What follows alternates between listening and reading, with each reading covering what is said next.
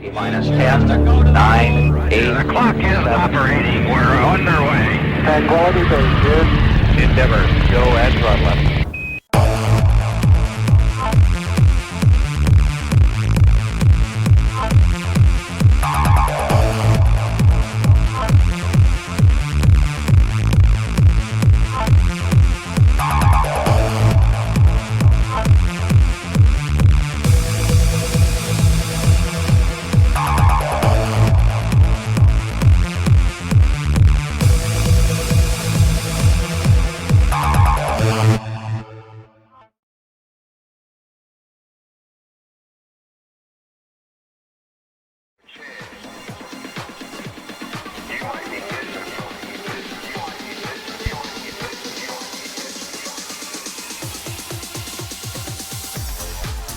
And good morning, ladies and gentlemen, boys and girls, kids aged 8 to 80. Welcome. It's time to go ski racing here at beautiful Mammoth Mountain, California, as we are set to bring you two big runs of slalom action, the ladies and the men, 150 just about in each category. They'll come down for one run in a special edition of Alpine Ski Racing here on the USCSA Broadcast Network.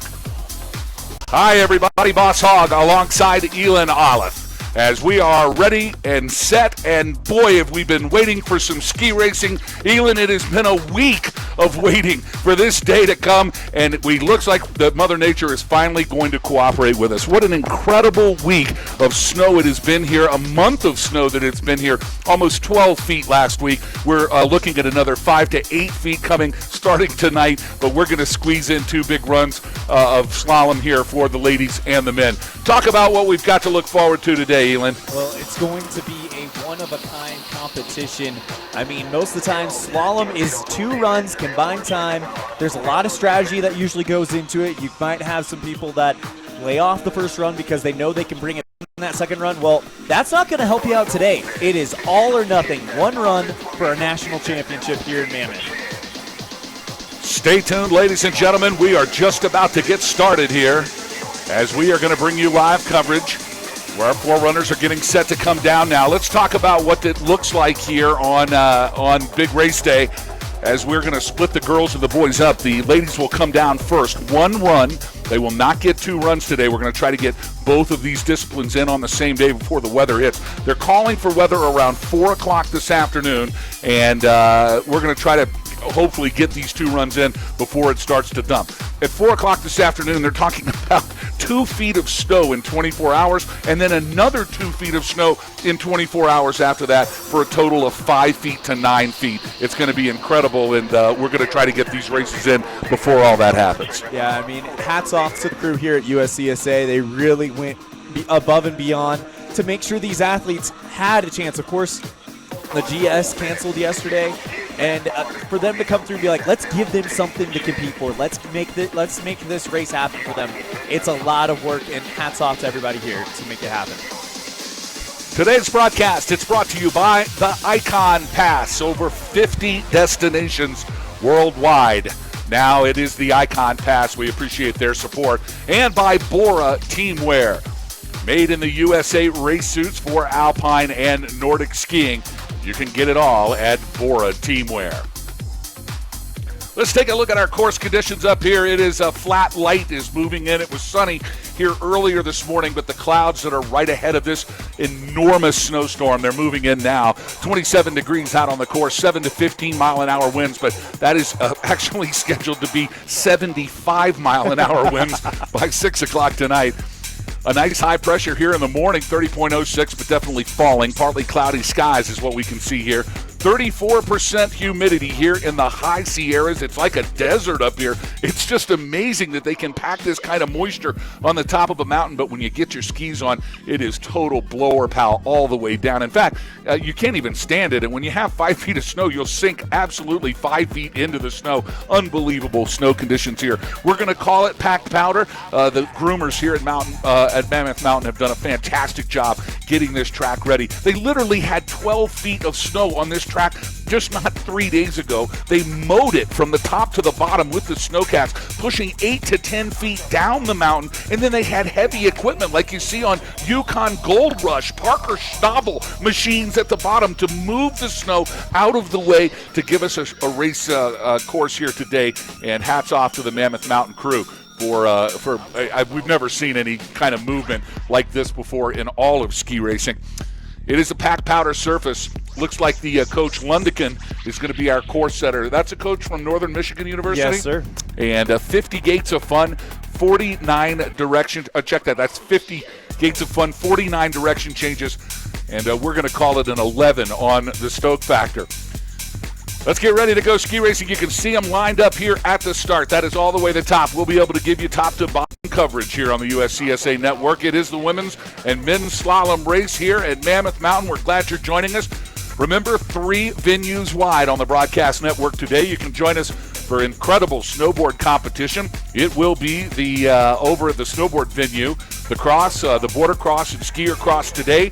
That'll be hosted by Trent Rosenberg up from the Nordic venue. And also the slopestyle competition today. That takes place a little bit, pretty far away from here, a few miles from here, because Mammoth Mountain is so big that you literally can be on one side of the mountain, which is about 8 miles away from the other side of the mountain.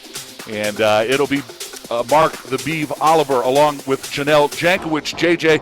They'll bring you the live coverage from slopestyle today.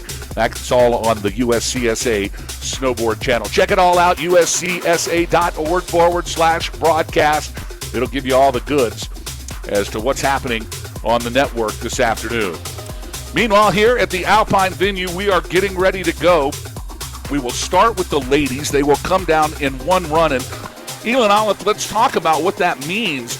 Typically, these ladies are used to a 2-run combo where they'll take the times from run number 1, we'll add them to the time of run number 2. That combined time is the score.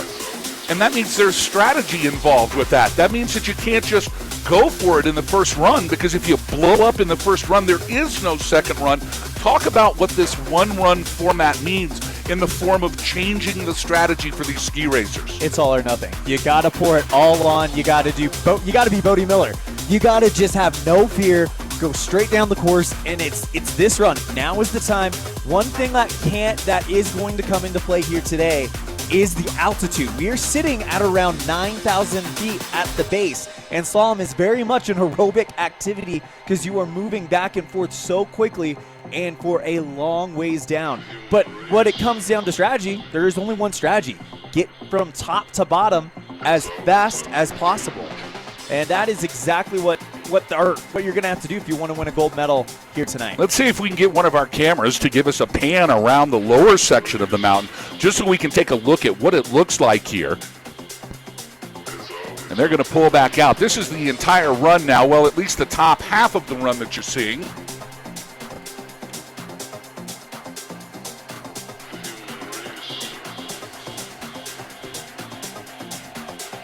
You can see they'll move, well, it's pretty much a straight down the head wall run, and then it cuts over a small little head wall there in the center section of the course. Then the lower third a little steeper here. It looks like most of the speed is going to come from the top section as they move into that flat section, and then the final 15 gates across the line will be a little steep as well. Yeah, and another thing that we kind of take into consideration, boss, is you talk about 50-49, and that's as straightforward as it gets, quite frankly. I mean, you're not going to have a lot of delays. You're not going to have a lot of tricks in this course. It's as straightforward as it gets. It's going to be a very turny course. The legs are going to be burning. People are going to be exhausted by the time they hit the bottom of the finishing straight. A good crowd now gathered around here, the finish crowd. They want to see this action. We've been waiting for days, and it looks like we've got our forerunners now on course as someone is moving through the course. Indeed, yes, this is our forerunners. Always an honor to be selected to forerun a national championship race here at USCSA. Do you have information as to who our forerunners are this morning? I don't have information on the forerunners, but this looks like definitely a forerunner that is wearing a huge snowmobile suit. Yeah, I was about to say, not going for speed there at all. Just wanting to make sure that they can make it through the course here. Well, it's just a good opportunity for them to radio any last information up to the top to the start shack. It looks like it's a clean course. They've done a fantastic job of mowing this thing flat. A great set here. And it looks like we're going to have maybe a couple of more forerunners before we get underway. We'll get our timing screen up here as well, as we are just about ready to go here for our first racers for the ladies. 4 forerunners. Hannah Getz from Clarkson University is going to be our first racer, wearing a bib number 17. We'll have to see her come down now. Let's see if we can get our start sheet here. She'll be followed by Haley Kutzer, Amelia Stocking, Megan Gillis, and Reagan Ollie, your first 5 out of the box. Elin, always tough to be the first racer out of the box. You don't know what to expect. And certainly Hannah Getz from Clarkson University. She is it looks like she's on course right now. Indeed she is. This is Hannah Getz, and we are underway here for a big single run of slalom action for the ladies. And Hannah Getz now coming through the center section. It looks like she may have gone down in that section where we can't see. There's a small little... So what happened up top was right before dropping down, she clipped a gate and she lost a ski. Oh, wow. So I don't know if she's hiking, trying to get it back on, or what's going on there. Once the equipment's off, it's over. Yeah, you can't lose the gear. And what a tough break for Hannah Getz, first out of the box. Looks like we've got our volunteers all up and down the hill here. Yeah, next up is going to be Haley Kutzer from Northeastern University. She'll be followed by Amelia Stocking from CSU and Lafayette's Megan Gillis. Those are the next 3 to come, but it'll be Haley Kutzer from Northeastern University will be our next racer on course, and there she is now. Here comes Haley Kutzer. She's in bib number 50. Second out of the box now in the top section. It pulls a lot of speed here in the first 10 or 15 gates. And she is at full truck mode right now as Haley Kutzer making her way down the mountain. About halfway through now is Kutzer. Boss, on those steeper sections, it's going to be really, really important to be forward on the ski and not drop into the back seat in order to give yourself a chance. We lose just a little bit of visual there in that center section, but Kutzer now no problems into those gates. And now into the final 15 comes Haley Kutzer. Kutzer doing a good job moving from side to side, trying to finish this thing off and give us our first quality time. And Kutzer, she'll hit the stripe with a time of 47.32. So Haley Kutzer from Northeastern University has laid down the gauntlet here, as close to the time of 47.32. Meanwhile, now it's Amelia Stocking from CSU. Stocking wearing bib number 33, coming out of the third start position. And she is safely through the center section. Now 15 gates to go for Stocking. Biochemistry major out of Everett, Washington. Skis at Stevens Pass. Would love to live in Jackson, Wyoming. And here is Amelia Stocking. And Stocking, she'll hit the line with the second fastest time of the day. 48.48. That's good enough for second. So Kutzer's from Northeastern University still in the lead, 47.32, and Stocking from CSU with a 48.48. Now on course, Megan Gillis from Lafayette College. She's wearing bib number 44, and here comes Gillis through the center section, dropping into the lower third.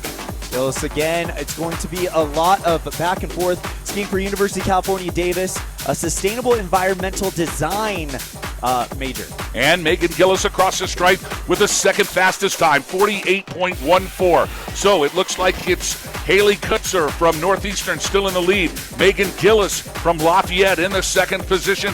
And Amelia Stocking from CSU in third. Now Northern Michigan University's Reagan Ollie. She's on course wearing bib 55. She'll be followed by Cal Davis's Logan Phillips. Reagan Ollie now into the camera shot. And a good ride going for Reagan Ollie as she hits the line. And Ollie, she'll take the lead. What a run from Reagan Ollie from Northern Michigan University with a 45.07. A rocket ride down this course. Reagan Ollie from Northern Michigan University. She has definitely laid down the early here.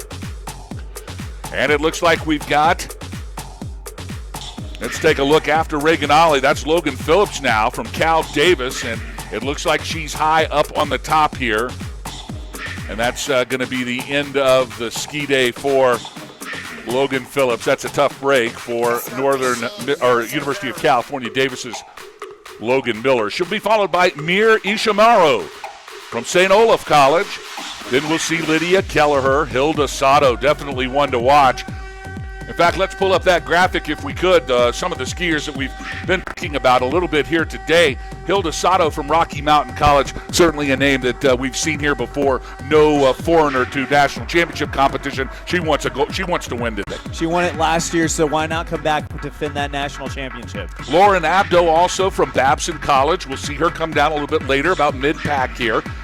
And Brigitte Farnay from Rocky Mountain College. Coach Jerry has brought the team again, as always, as expected. We knew we would see big things out of the Battling Bears from Billings. Well, you talked with Jerry during opening ceremonies, and he says he's got one of the best, deepest teams he's had ever, and that is saying something. That's like talking to Nick Saban and asking him, hey, what's your team like this year? Oh, I've got the most first-round picks in history from this team right here. No doubt about it. Coach Jerry Wolf always bringing the heat for the Battling Bears. Meanwhile, let's get back here to live action.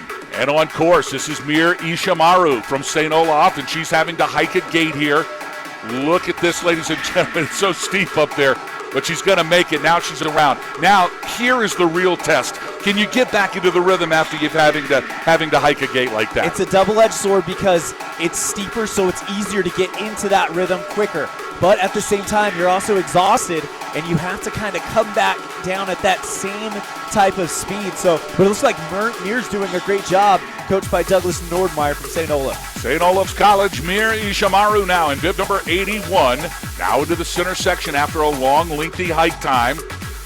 This is just for the absolute experience of racing in a national championship. Certainly no ability to get a podium or a high-ranking spot, but it is just the actual achievement of finishing the race here, and she's done it. What a good, gutsy finish from Mir Ishimaru from St. Olaf in bib number 81. Lydia Kelleher from the University of Connecticut now on course as we see her come down. She'll be followed by Hilda Sato. We've talked about the Speed Demon from Rocky Mountain. She'll be next. Meanwhile, Lydia Kelleher in bib number 111.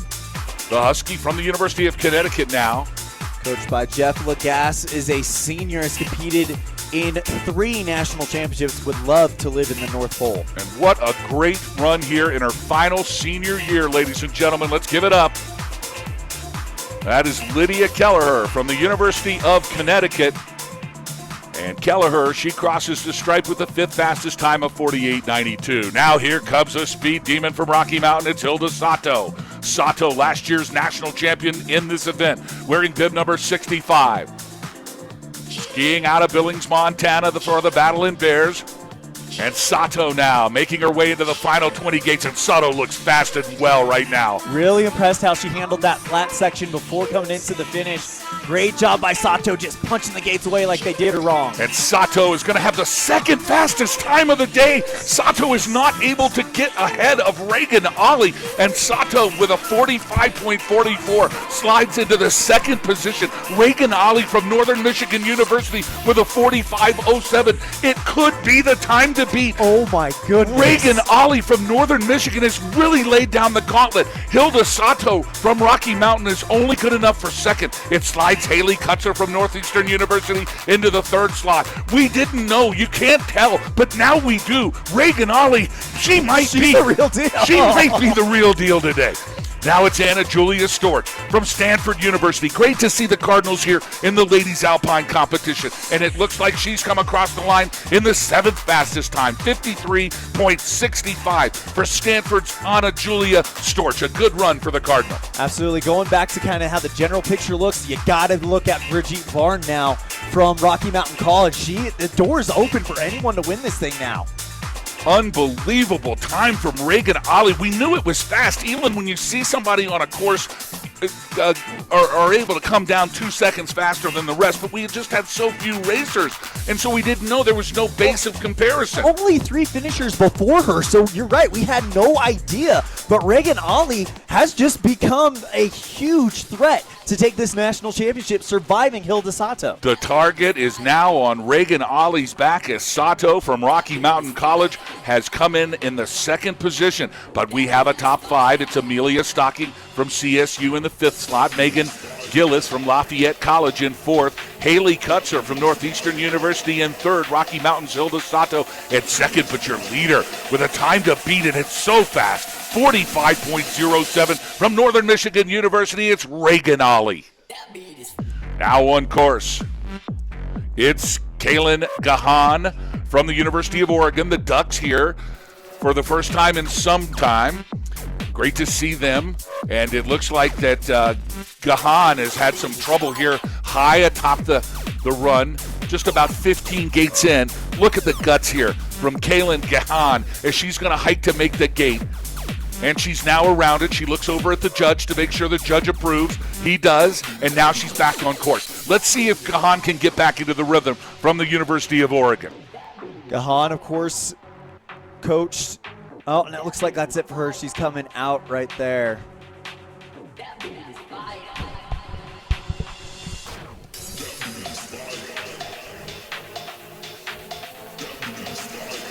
And it looks like she's going to have to hike as well as we get our timing reset back here into our broadcast box. And I believe Gahan came out. That's actually Lauren Abdow, one of our favorites who had to hike.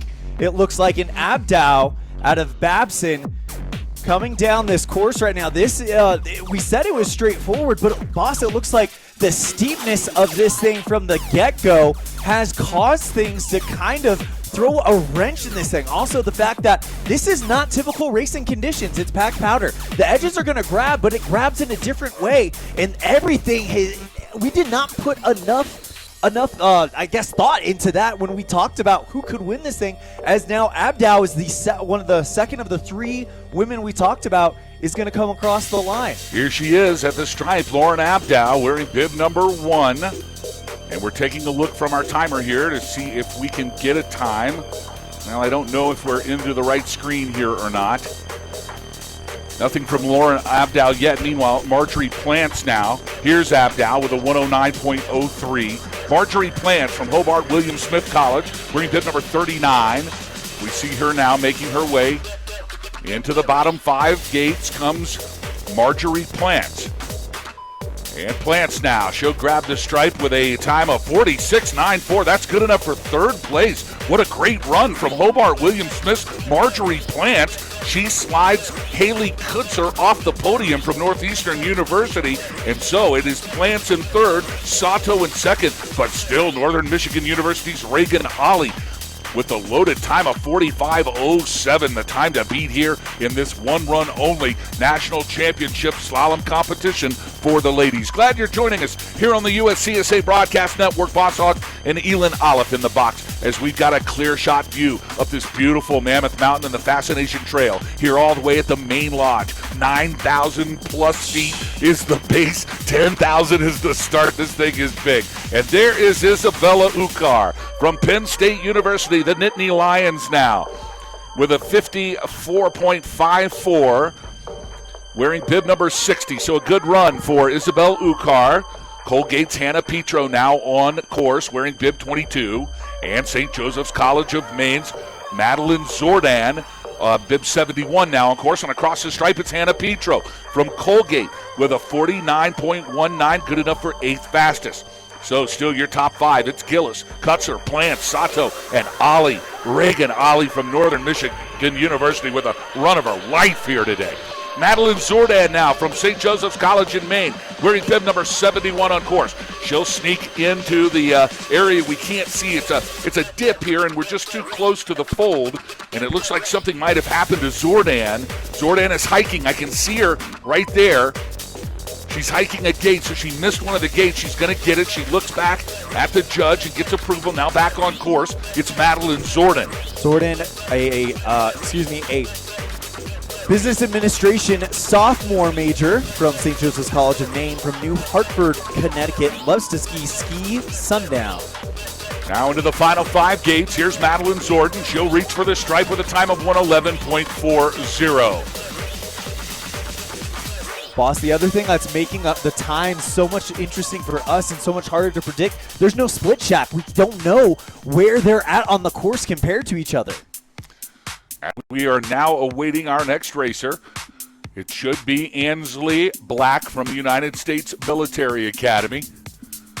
Great to see the service academies here represented, as always, at national championships. Imagine that, Elin. Is it tough enough to be a cadet at the United States Military Academy? Isn't that hard enough? And then to be able to try to throw some type of competitive athletic sport on top of that, but not just some competitive athletic sport, one like Alpine Championship ski racing, where it takes you at least an hour to get from campus to a mountain to ski and practice. Then you got to go back and get hazed and raced again and do your push-ups and your jumping jacks and go to class. I'll tell you, these kids that are with the academies, they are amazing athletes and amazing human beings. Ansley Black now for the USMA.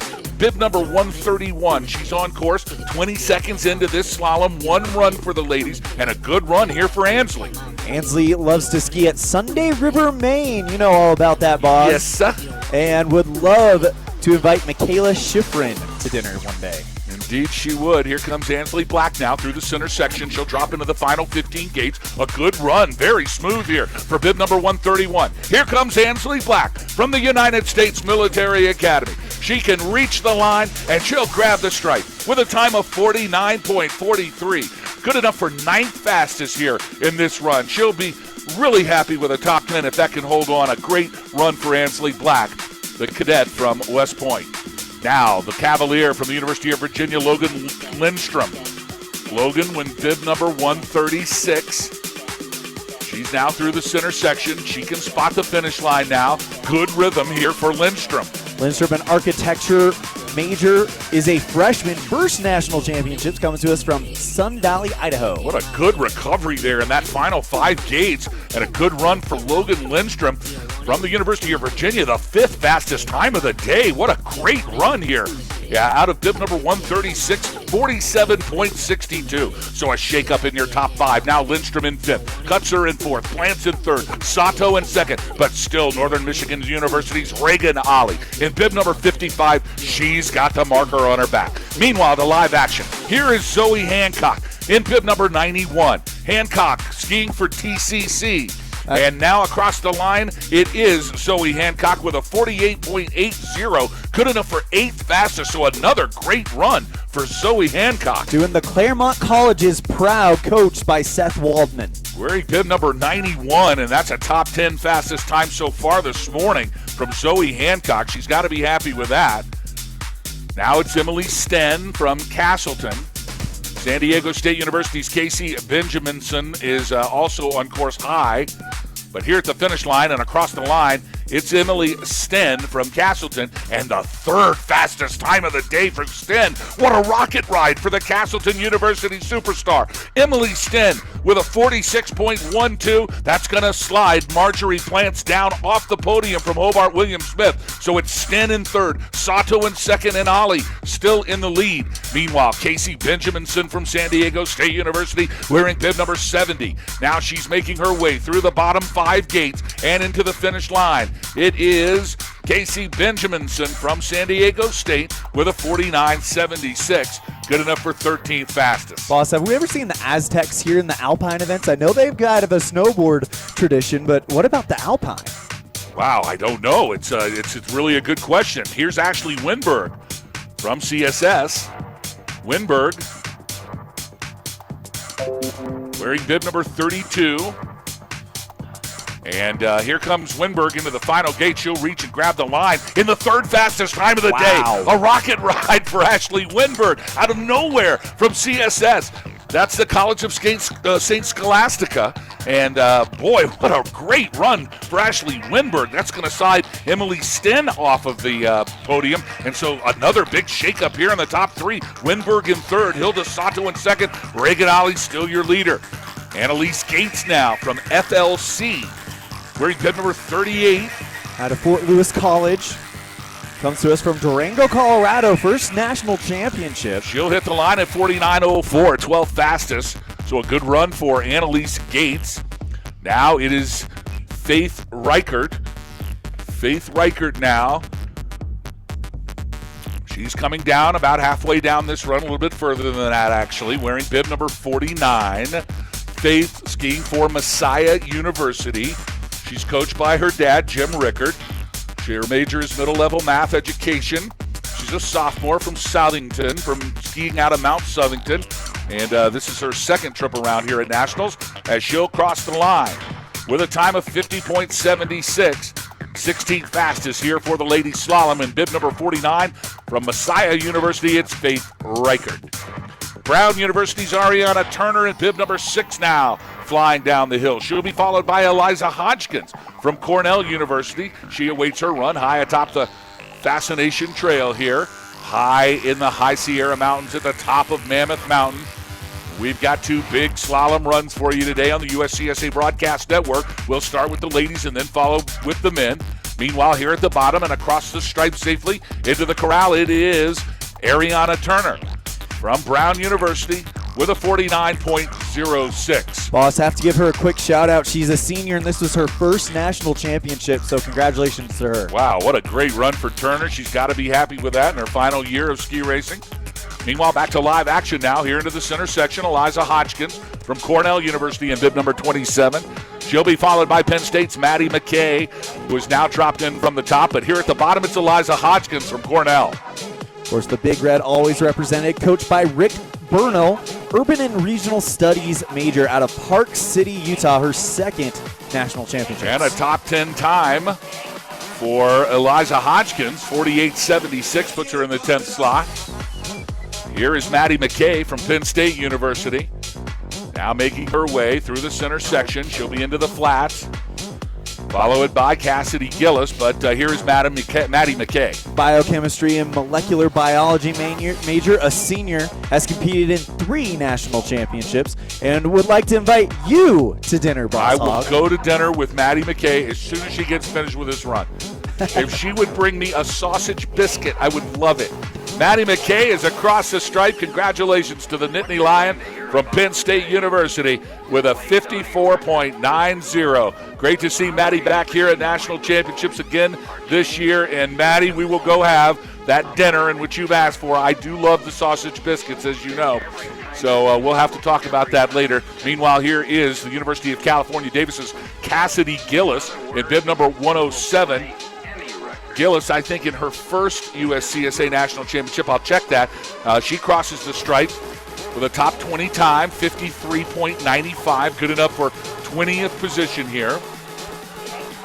And it is her first national championship, so she's got to be happy with a good, solid finish here in number 1 of what I know she hopes to be many. Great to see Cal Davis represented here in the Alpine division as well. Now on course, Caroline Heiser from Babson wearing bib number 2. Caroline knows how to get it done. She's not foreign to this national championship. She knows all about it. And Caroline has crossed the line in 47.18. That's good enough for 6th fastest. So a top 10 time for Caroline Heiser from Babson at a 47.18. Ainsley Kirk now from Northern Michigan University wearing bib number 56. She has watched her teammate Reagan Ollie come out of nowhere to lead this ladies' national championship final. Here comes Ainsley Kirk. She'll be followed by St. Joseph's College of Maine, Courtney Pingree. Oh, and it looks like, she has skied out. Nope, she's still right into it. I just lost her. I get confused. Yeah. It's a flat light up there. It's hard to see. And boy, she is aggressive here at the bottom 5 gates. As Ainsley Kirk from Northern Michigan University, she'll grab the line in the 9th fastest time of the day. 48.06 for Ainsley Kirk from Northern Michigan University. What happened at Northern Michigan? They just all of a sudden, they must have eaten the strawberries. They found out the recipe from Bronco Cigar, the strawberry recipe, and they've been eating the strawberries. You look at the team division, NMU in really, really good position in that team competition. 1-9 right now. Now Courtney Pingree from St. Joseph's College of Maine, wearing bib number 72. She'll be followed by Colgate's Audrey LaFrance in bib 23, now dropping in from the top. But here at the bottom, it is Courtney Pingree. Coached by Margaret Cosentino, sports management major. This is her second national championship. 23rd fastest here for this one run. You're all in. Yeah. There's no second run. But a good run here for Courtney Pingree. 23rd fastest at 54.31. Now Audrey LaFrance from Colgate. Now dropping into that final center section. It gets flat there as they kind of disappear from our camera view. But now back out. She stares down the run and can see the last 15 gates. Coached by Todd Enders, French and Architectural Studies major, comes to us from Montreal, Canada. It's her second national championship, and would love to invite Stewie Griffin to dinner. 50.10 for Audrey de France. 20th fastest here for the ladies slalom. A good run out of bib number 23. Now it's the Husky from the University of Connecticut, Abby Horning. Horning wearing bib number 112. She'll be followed by St. Olaf's Jessica Stanton. And a wild ride here into that center section is Abby Horning. She had to hold on right there. Was able to get it back together, though, and now she can spot the finish corral. 10 gates to go for Horning. Coached by Jeff Lagasse, a computer science and engineering major from Pewaukee, Wisconsin. And across the line, it is Horning with a 21st fastest time of the day, 50.30 for the Husky, Abby Horning in bib number 112. Jessica Stanton now from St. Olaf, wearing bib number 82. Stanton now disappearing out of our camera view for just a second, but now back in. She can spot the corral. 12 gates to go for St. Olaf's Jessica Stanton. Coached by Douglas Nordmeyer, freshman, first national championship. And across the line, it's Jessica Stanton with a 51.15, 23rd fastest here, as she is happy with that. Just to make it down here and post a score out of this snowpocalypse that we've experienced here in Mammoth Mountain over the last 4 or 5 days is an achievement all in itself. Still no shakeup in the top 5. Plant, Sten, Weinberg, Sato, and Reagan Ali, your leaders. Here's Keely Podison. Podison from Stanford. The Cardinals back again here to national championships. Wearing bib number 77. You know you're a smarty pants if you go there. I mean, it's really all the colleges here if you think about it. I'd like to try to separate some of the Ivies out, but they're all just such great colleges. All these kids are incredible athletes and student athletes to boot. Across the line in the 29th fastest time, 57.78. That is Stanford University's Keely Bodison. Elise Donahue from Clarkson University now. Into the final 15 gates. She'll be followed by Hobart Williams Smith's Caroline Gray. Meanwhile, here at the finish corral, grabbing for the line. That is Elise Donahue from Clarkson University. The 15th fastest time of the day, 48.93 for bid number 18's Elise Donahue. Caroline Gray now on course. A little bit in the back seat for Gray as she makes her way into that final flat area. She'll come shooting out of that, let's hope. No problems here for Caroline Gray. She can spot the final 10 gates. Here she comes, it's Caroline Gray. Dale Solo Truck coach, and it's her third national championship. Loves to ski at Sunday River. And across the line in the 13th fastest time, 48.78 for Caroline Gray from Hobart Williams Smith College. Great to see Dale Solo Truck, the new coach at Hobart Williams Smith, out of the Chris Eater playbook. Comes, we like to call him Solo Cup. Well, I like to call him Solo Cup. And he's done a great job here in his first year at Hobart Williams Smith. Meanwhile, Rocky Mountain College's Sin Gustad Vinlog.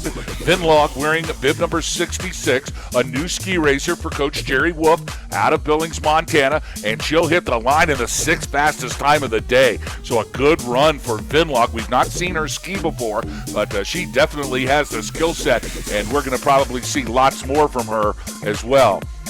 47.03. That puts her in the 6th position.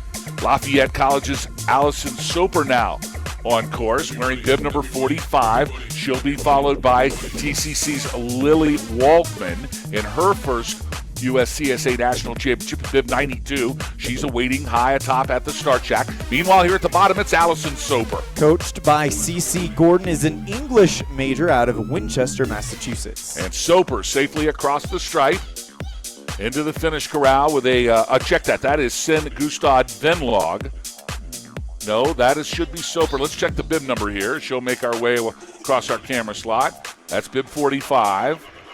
And that is Allison Soper. So we're going to get a time here from timing momentarily. Soper will be followed by Lily Waldman. Then after Lily Waldman, we'll see Sarah Groden, along with Maris Tolson, Allison McConnell, Whitney Fitzgerald, Genevieve Trevasan, and Ashley Lacrosse, your next 5. Meanwhile, back to live action now. And we're trying to get, there we go. Sarah Groden, check that. That was Lily Waldman from TCC, across in a 101.60. Now back to live action. Here's Sarah Groden from the United States Military Academy.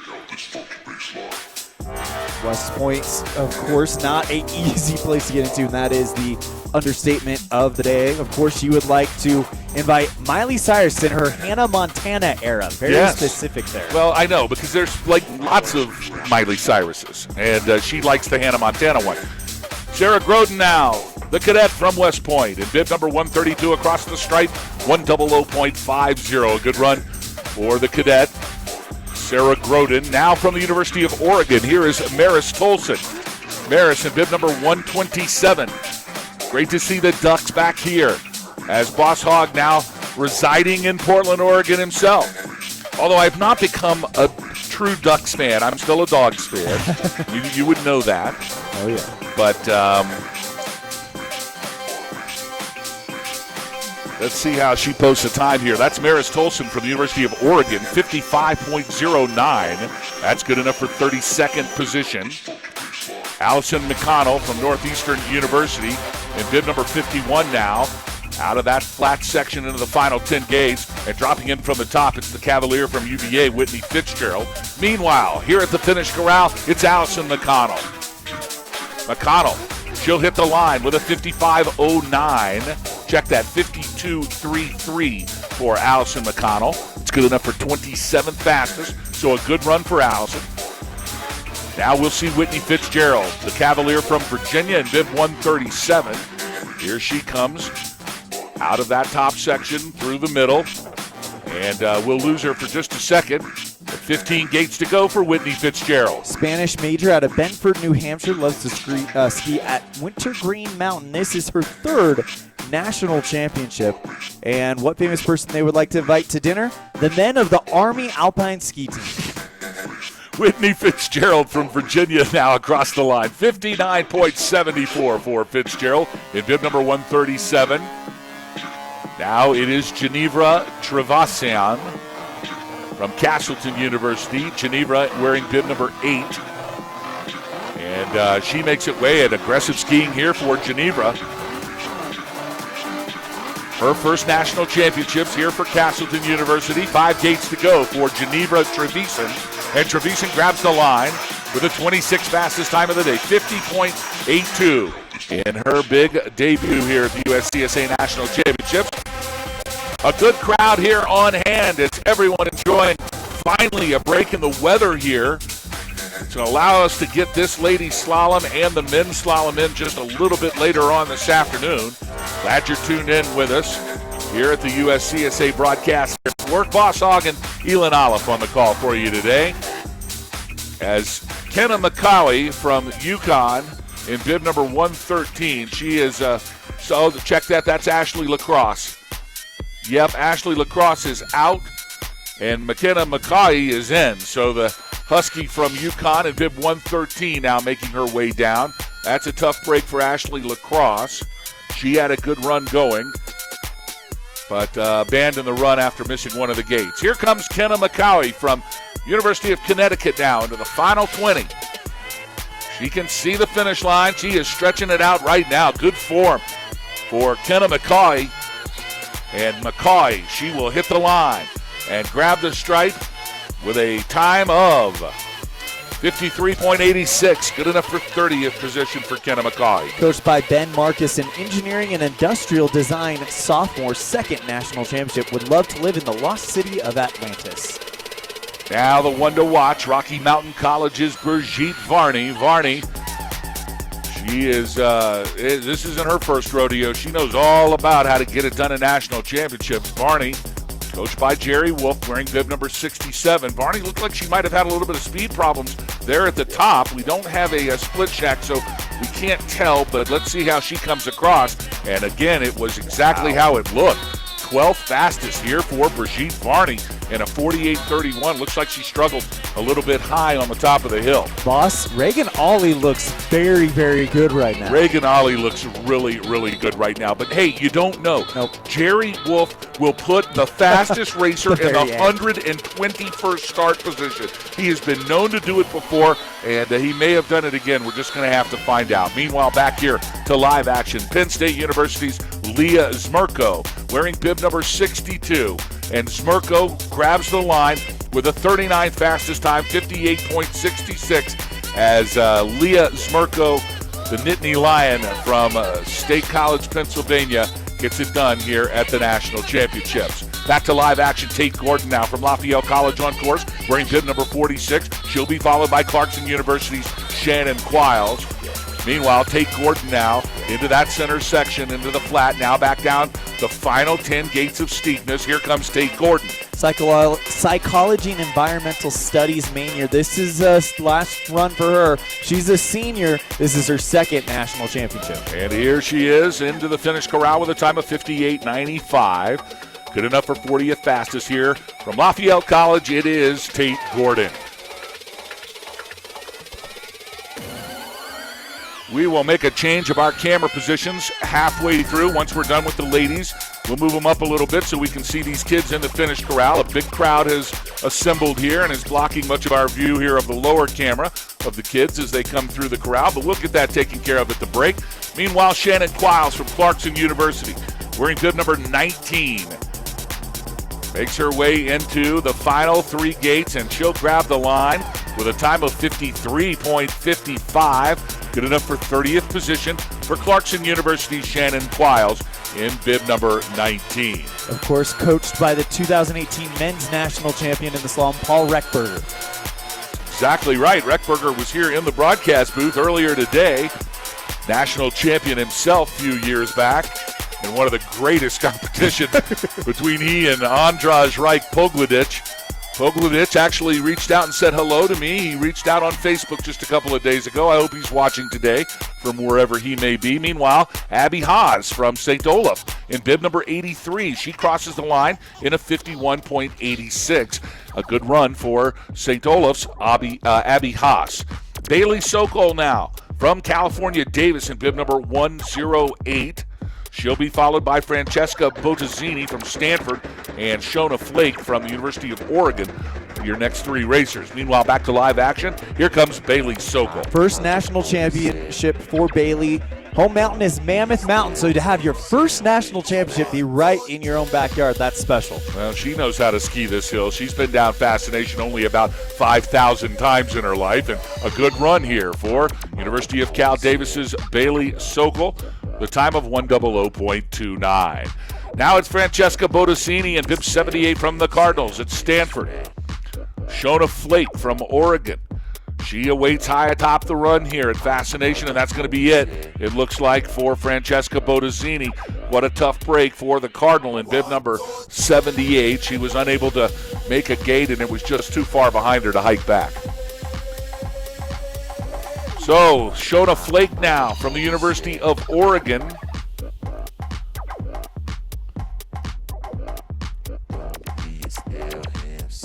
Shona coached by Tucker Hawk. Sophomore from Truckee, loves to ski at Sugar Bowl. When asked if she could live anywhere, what would it be? She said, quote, Jackson Hole, baby. Is that even a question? It's not a question. Boss Hog agrees. I think that's where I want it to end. I do. I really do. Hidden talent is ski ballet. Hopefully we might get some moves in the finishing corral. I hope so. I hope we can see some of it. Shona Flake from the University of Oregon in bib number 128. Colgate's Brooke Moran now in bib 24, dropping in from the top. Meanwhile, 10 gates to go for Flake. The Duck out of Eugene, Oregon. Great to see their football program. They just got the assistant coach from the University of Georgia in there, and look what happened this year, right? So you're going to be I'm going to be yes, I am. Of course I am. Bib number 128 belongs to Shona Flake from the University of Oregon, 57.10. 40th fastest here for this ladies' national championship slalom. Brooke Moran now from Colgate University in your screen. She's wearing bib 24. She'll be followed by Northeastern University's Annabelle Forsley. Coached by Todd Enders, one of the best coaches in the USCSA. Comes to us from Greenwich, Connecticut. Loves to ski at Okemo. And if she could live anywhere, it'd be in an igloo with penguin friends. And there she is. That's Brooke Moran with a time of 51.12. Now Annabelle Forsley from Northeastern University. TCC's Madison Wilson awaits her run high atop this Fascination Trail into the center section. And now down the final 15 gates comes Annabelle Forsley. She's a sophomore, loves to ski at Sunday River, national championship rookie. And when asked what famous person she would like to invite to dinner, she said, if I could invite a famous person to dinner with me, it would be Jennifer Lawrence or Theo Gaines. I don't know who those people are. I mean, I know who Jennifer Lawrence, is. yeah. Theo Gaines, we might have to talk with her. I don't know who Theo Gaines is. Got to find out who it is, because it's obviously somebody we don't know, and we want to know that person. She does. Yeah. She knows her. Annabelle Forsley now. Check that.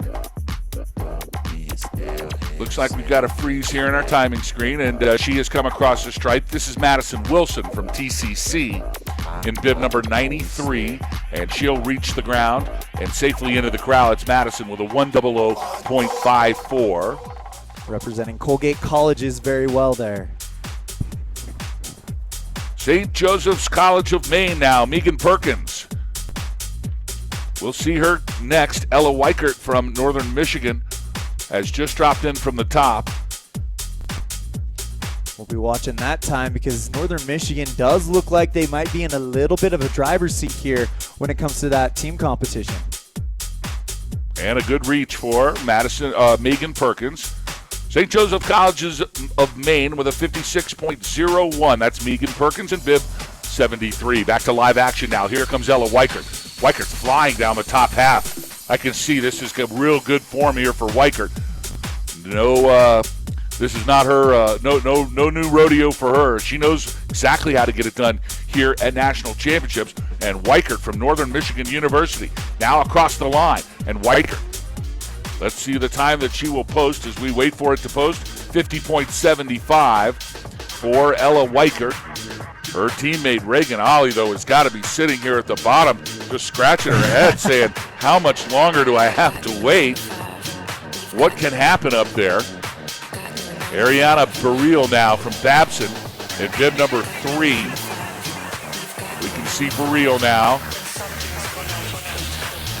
Making her way into the corral with a time of 51.03, 29th fastest for Babson's Ariana Burrell. Might win the competition for who traveled the furthest. Hometown is Turin, Italy, home of the 2026 Winter Olympics and 2025 FISU World University Games. Looks like we've got a DNF here. We're going to check this out. That might have been Macy Marinich. It is indeed. Macy Marinich from the the United States Military Academy. The cadet has skied off course, and that's going to be the end of the day. Tough break for Macy Marinich. Hopefully we'll see her again next year as we head back to Lake Placid, New York for the 2024 USCSA National Championships. Catherine Broderick from Hobart William Smith now on course, wearing bib number 41, high atop. As we'll watch her come from top to bottom down. Coached, of course, by Dale Solochuk, riding in rhetoric major. Freshman from Lake Placid, loves to ski at Whiteface. This is her first national championship. If she could live anywhere, she said Uranus. It is the farthest planet away. It is. And she says her hidden talent is, I'm really good at scootering. You don't need to read any more of her bio, okay? Catherine Broderick from Hobart William Smith now into the final 15 gates. Wearing bib number 41. She'll be followed by Megan Powers from Northeastern University, but a good run from Catherine Broderick. 54.05 is good enough for 38th fastest here for Catherine Broderick. Northeastern University just made me snort. Megan Powers from Northeastern University now on course. She's wearing bib number 53. She'll be followed by St. Olaf's Kate Young. Meanwhile, Megan Powers now, she has a good center section. She just wants to keep that form going. Let the knees and the legs do all the work. Try to keep the body still, upper half, pointed downhill towards the finish line, and she will successfully reach the corral.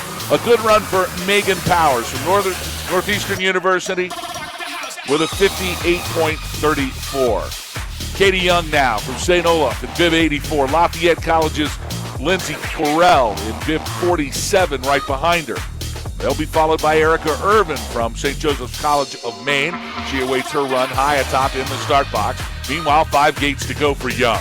When asked if she could live anywhere, she said somewhere with good snow, so I guess Mammoth meets that criteria. Wow. For sure. I mean, there's got to be snow here for the next 60 years on the amount they've got right here. That is a good finish for Kate Young from St. Olaf College, 52.98 for bib number 84.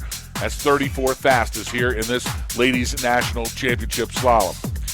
Lindsay Correll from Lafayette in bib 47. She'll be followed by Erica Irvin now has dropped in. Ashley Byron from Hobart Williams Smith. She awaits her first run at the start shack. Meanwhile, here's Lindsay Correll.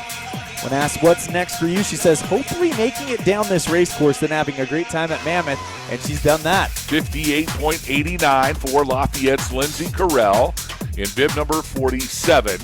That's good enough in the 51st position. Still no change here in your top 5. It's Hobart Williams Smith's Marjorie Plants in 5th. Castleton's Emily Sten in 4th. CSS's Ashley Winberg in 3rd. Rocky Mountain's Hilda Sato in 2nd, but still your leader. An unbelievable early morning run here. From Northern Michigan University, it's Reagan Ollie. Meanwhile, back to live action now. St. Joseph College's Maine, Erica Irvin. And Irvin, she's across the line into the finish corral with a 100.53 for bib number 74. That's Erica Irvin. Great to see St. Joe's College of Maine. I watched them go through the regionals. They had a great performance up at Sugarloaf, kind of the home mountain for their team, and they were so happy, so proud just to make this this competition. It's great to see both the ladies and the men's teams here today. Ashley Byron from Hobart Williams Smith now across in 55.46. We'll see Emily Donovan coming down next. Donovan will be followed by Ann Hayes, Kylie Brino, Allison Waugh, Jillian Maynard, and Noelle Amlicki, your next 5 racers. 131 of college's finest ladies, check that, 145 of college's finest slalom racers here in this competition. This is the biggest field we've ever had at the USCSA National Championships. Catherine DeCicciolo from the University of Virginia now, the Cavalier. You liked how that just rolled off the tongue, right? Comes to us from Wintergreen, Virginia. And what's her hidden talent? She said she can make a bag of Chester's cheese fries disappear right before your eyes. The course is holding up pretty well here. If you take a look at it, I would have thought we would have seen a lot more rutting in this slalom than we are seeing right now. Hats off to the Mammoth race crew here.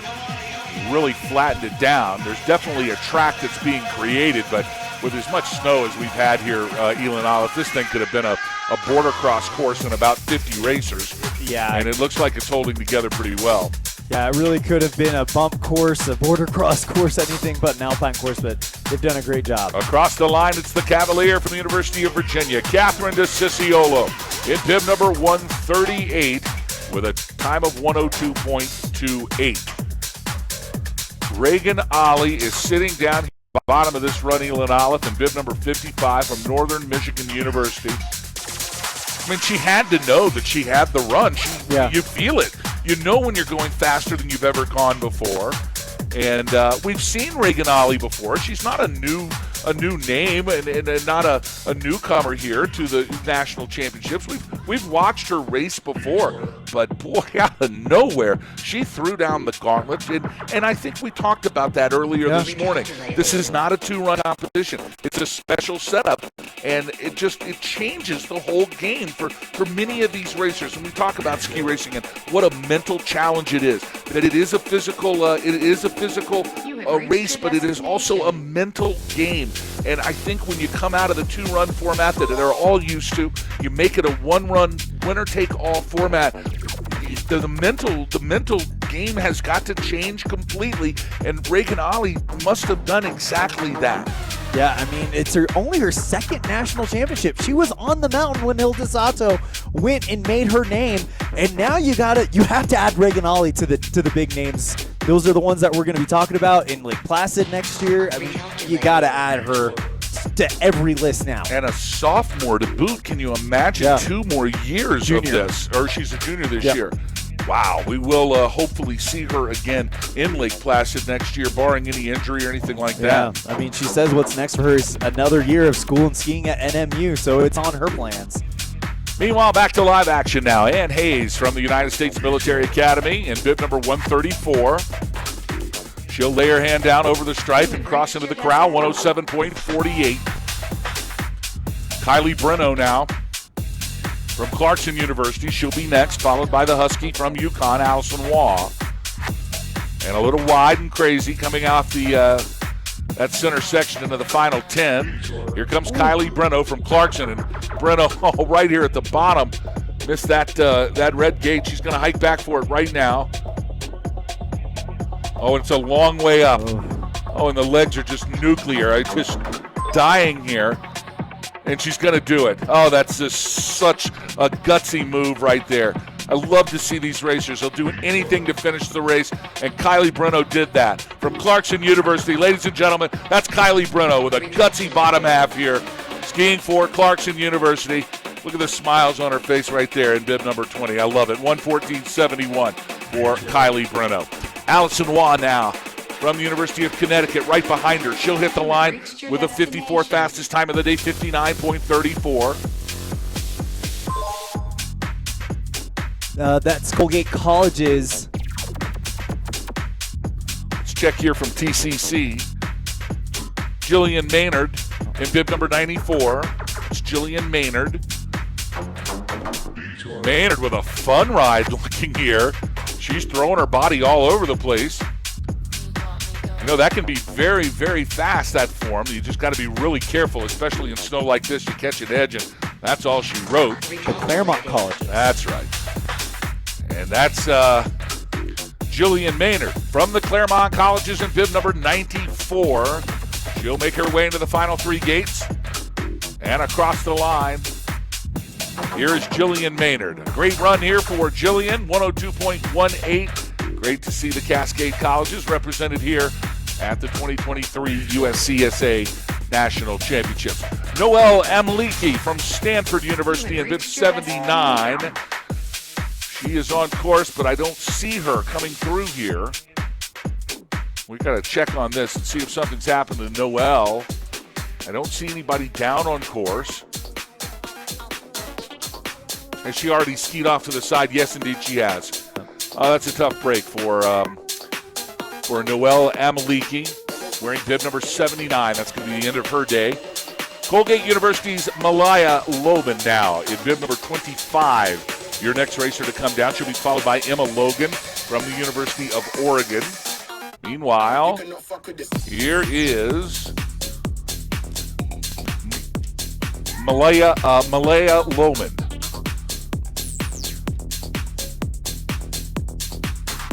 Leah Loman now in bib 25 with a good top half. Now she'll move into that center section.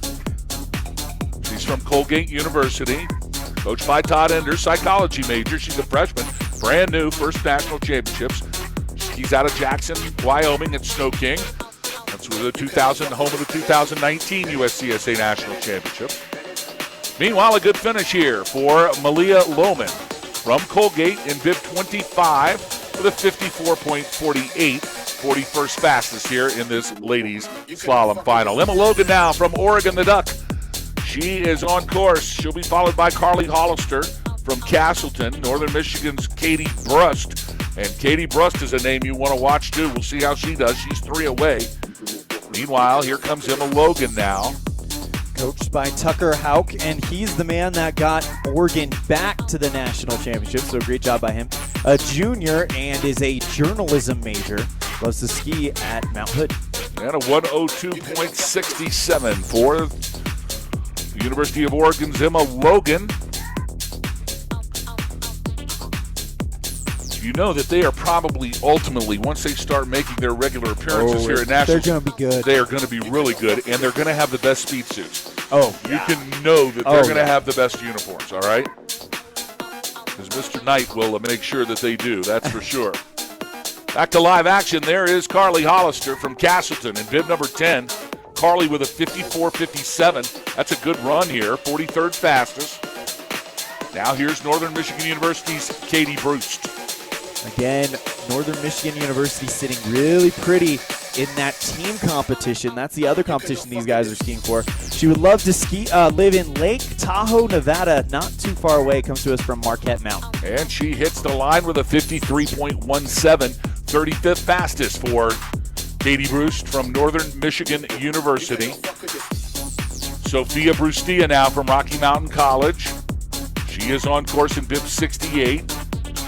She'll be followed by Audra Robinson from Penn State, and Babson's Maeve Fisk-Mercer will be next. Meanwhile, here is Sophia Brustia. And Brustia, she hits a stripe with a 49.07, good enough for 21st fastest. And as the Rocky Mountain College girls go one by one, Reagan Ollie still just sits there and says, is this the day? Is this the day for me? It may very well be, ladies and gentlemen. As we take a hold on the course here, let's take our top 10 out. It looks like we lost Audra Robinson there. We did. Audra has skied out, so a tough end for Miss Robinson in bib number 63. Let's go over your top 10 here in this Ladies National Championship Slalom. One run only. In 10th from Northern Michigan, it's Ainsley Kirk. In 9th, the Cavalier from UVA, Logan Lindstrom. Haley Kutzer from Northeastern in 8th. Caroline Hazier from Babson in 7th. In 6th, it's Rocky Mountain's Sign Gustad Vinlog, rounding out your top 5. Hobart Williams Smith's Marjorie Plants in 5th. Let's take a break here to see what has happened here with Maeve Fisk-Mercer from Babson. She lost the ski. That's the end of the day. You can't put the ski back on. What a tough break. That is a tough break for Maeve Fisk-Mercer in bib number 4. Meanwhile, to your leaderboard in the top 5, in 5th, Marjorie Plants from Hobart Williams Smith. Emily Sten from Castleton in the 4th position. On your podium so far, CSS's Ashley Winberg in the 3rd slot. Hilda Sott from Rocky Mountain in 2nd, and still your leader with the time to beat it. Is anybody going to beat it? From Northern Michigan University, 45.07 with a rocket ride here earlier today. It's Reagan Ollie. We had no idea how fast that run was. She came in, it looked quick, but we did not know how it was going to hold up. And right now, boss, it's proving to be very, very difficult bar to jump over. Natalie Malmgren now from Penn State University, wearing bib number 64. She'll be followed by TCC's Mia Reichsteiner. And now Reichsteiner has dropped in. Sydney Weaver from Rocky Mountain awaiting her big run at the top. But Natalie Malmgren now coming out of the center section into the final 15 gates. Hometown Jericho, Vermont loves to ski at Sugarbush Mountain. It's her 2nd national champion. She's a sophomore, majors in math. And she'll make her way into the final 5 gates. And across the stripe, she'll punch it. Natalie Malmgren from Penn State, across in 101.44. 64th fastest here for this ladies' championship. Maya Recksteiner now, TCC, bib number 95. And she is going to hike to make sure and that's going to be the end of the day for her. She thought about it. She looked at it. She looked how high that gate was and said that's the end. Steep right there. It's really tough to get in there. It's a fast start out of this course when you start something that steep. You're getting to speed probably about that 5th gate down, and then if you don't have the timing, if you don't have things rolling, it's very difficult as Sydney Weaver from Rocky Mountain College pulls into the course right now. Course coached by Jerry Wolf, senior out of Park City, Utah. It's her 3rd national championship. She knows how to get it done in the when it counts, and here is the time it counts. If there was ever a time to let it all hang out, it would be right now. Sydney Weaver, skiing for the Battle-In Bears from Billings, Montana. I think they drove here from Billings. That's a nice hefty drive. sure. Barry Wolf always fielding a competitive team here at Nationals. It's great to see that program. He has done such a fantastic job for so long there. Sydney Weaver now. She's across with 51.33, 33rd fastest for bib number 69. That's Sydney. Sienna Mack now from St. Joseph's College of Maine on course. Sienna a little in the back seat here, but she's going to try to pick it up. You know, in the slalom, it's one of those things where some of the girls, they learn how to race in the back seat. Yep. You know, they really can. Yep. You know you're supposed to be in the front. You know the weight's supposed to be shifted. But in a slalom, it happens so fast that often you find yourself in the back seat. Schifrin, I mean, you can watch Michaela. Yep, she does it. She's in the back seat all the time in her runs. And so it's that recovery and certainly that core strength that's able to kind of keep that together. These ladies have that. And that's a good finish here for Sienna Mack from St. Joseph's College of Maine, 104.97 for bib number 75. Well, boss, when you think about it, skiing itself, the way we're taught to ski is very counterintuitive. You're taught to lean downhill when everything in your body, that fight or flight reflex, is telling you to lean away from it. So it's very counterintuitive. It takes a very strong, mentally strong athlete in order to get in that front seat and stay there. Here's Alana Kerner from the United States Military Academy in bib number 135. She'll be followed by St. Olaf's Winter Johnson. Meanwhile, across the stripe, here comes Alana Kerner. And Kerner hits it with a 113.54. The United States Military Academy, the cadets, great to see the Lady Cadets out here today. You know, you got to think about it. I think a week trip to Mammoth Mountain when you are a United States Military Academy cadet, that's got to be a nice little break in the action, doesn't it? Johnson now. In bib number 85, looks like she is skied out. And that's going to be the end of the day for Winter Johnson. Tough break. We did announce that Mia Recksteiner had also skied out. It had not crossed the finish line. Wanted to make sure I did not miss her as well. Meanwhile, back to live action now. Here comes another Oregon Duck out of Eugene. Aiden Clark now on course. Comes to us from St. Paul, Minnesota. Afton Alps is where she calls home. It's her first national championship. And if she could invite anyone to dinner, it'd be the University of Oregon mascot, the Duck. Oh, the Duck is crazy. He is a great mascot. I mean, it's not as good as Harry, but he is a great mascot, I gotta say. Here she comes, Aiden Clark now, making her way down the top half. Into that flat section, they disappear. It's just a big, huge roller. I'm sure it wasn't there 5 days ago. The only reason it's there is because it's snowed 20 feet since then. Into the final 15 gates comes Aiden Clark from the University of Oregon in bib number 130. She'll reach out and grab the line. And a successful run here in this 2023 USCSA National Championships for Aiden Clark from the University of Oregon.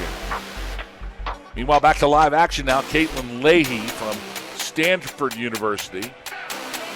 Leahy making her way down the mountain. She'll be followed by Babson's Emily Alder. Alder will be wearing bib number 5. Has Babson saved some heat here for the end? Maybe. I mean, you wouldn't put it past Babson to do that. They are one of the quickest growing in quality when it comes to the USCSA. Got to give a shout out to Leahy, though. This looks, the one thing you have to kind of realize as a spectator is this course is probably the most difficult that these athletes have skied all year. And to get a finish here at National Championships is a huge accomplishment in and of itself. Indeed it is.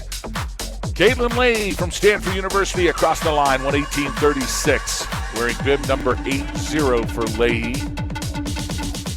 Now it's Emily Alkier. What happened to, we might have read that wrong in the schedule. Emily Alkier now on course from Babson, wearing bib number 5, skiing well here, good speed. Good rhythm. She's not even tired. Look at her. She could probably do this all day. She looks very good. Joe Hardy, one of the best coaches in the USCSA. We love Joe Hardy's team, that's for sure. And that is, well, we'll get this squared away in just a second here. Looks like we do have a time for Alkier. Yep, Alkier is 54.29. 43rd fastest for Babson's Emily Alkier. Clarkson University's Kyla Butler now in bib number 21. She'll be followed by Rocky Mountain College's, check that. We'll have to check the start list here in just a second. Meanwhile, Kyla Butler in bib number 21 now from Clarkson University. She'll make her way into the finish corral, grabbing the stride with a 55.80 for Kyla. So a good run. Clarkson's got to be happy with that from a team championship perspective. But this Northern Michigan University, you take a look at these selections and where they're sitting here on the leaderboard, and you wonder, is this the day for NMU? It very well could be. I mean, Rocky Mountain College also sitting very pretty in that competition. It's going to go down to the very last racer. I think you might be right. These teams are both very, very deep, NMU and Rocky Mountain. And, of course, they'll just take the top 3 times, and that's the team time. And they'll add them all together, and that's how we find out who comes in the team competition. And that's what makes USCSA racing so special, is that it's not just an individual sport, it's a team sport as well. We knew Jerry Wolf was bringing in some power. The one thing that surprised us is Luntagen is bringing in power to equal it, and right now they have the national champion as of right now. Hobart Williams Smith's Emily Waters is happy with that run. I know that. 57.63 in bib number 43. Dale Solotruck has gone over and has put this Hobart Williams Smith program together. And what a great performance we're seeing from his girl skiers here today. Annabelle Hicks from UConn now on course in bib number 115. She'll be followed by Lily Gaskell from Lafayette. Boss, want to point out for as Miss Hicks is skiing, you notice at the very, very top, there's a little bit of kind of jumping going on there, and that means you've got to stay in the track. You've got to stay on time. If you turn wide, you turn early, you're going outside of the rut, and it's causing you to lose a lot of time as you get down to the bottom. And across the stripe, it's Annabelle Hicks from the University of Connecticut, 57.65, 57th fastest here for the day. Lily Gaskell from Lafayette will be next. Still no change here in the top 5. Marjorie Plants in 5th, Emily Sten in 4th, Ashley Winberg in 3rd, Hilda Sato in 2nd. Still your leader. The time to beat a 45.07 from Northern Michigan University, it's Reagan Ollie. Lily Gaskell from Lafayette College, coached by C.C. Gordon and Tess Boyer. She's a freshman, and if she could live anywhere, it would be near the mountains, but it's like a really cool mountain. I don't know if this is a really cool mountain. I think it is. I think it is. It's massive. It's the biggest mountain. It's the biggest mountain I've ever been on. I can tell you that. It is huge. If you look at the map, it is crazy big. A good run for Lily Gaskell there from Lafayette. 108.12 for bib number 48. She's got to be happy with that.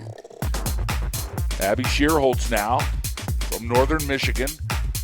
Coach Lundgren saving them, spacing them around. One thing Coach Jerry Wolf has taught everybody is exactly how to do this. And she's got a wild run going here at the bottom with good speed. And Shearholtz, she'll cross the line, 51.74, 34th fastest. Another good time posted for Northern Michigan.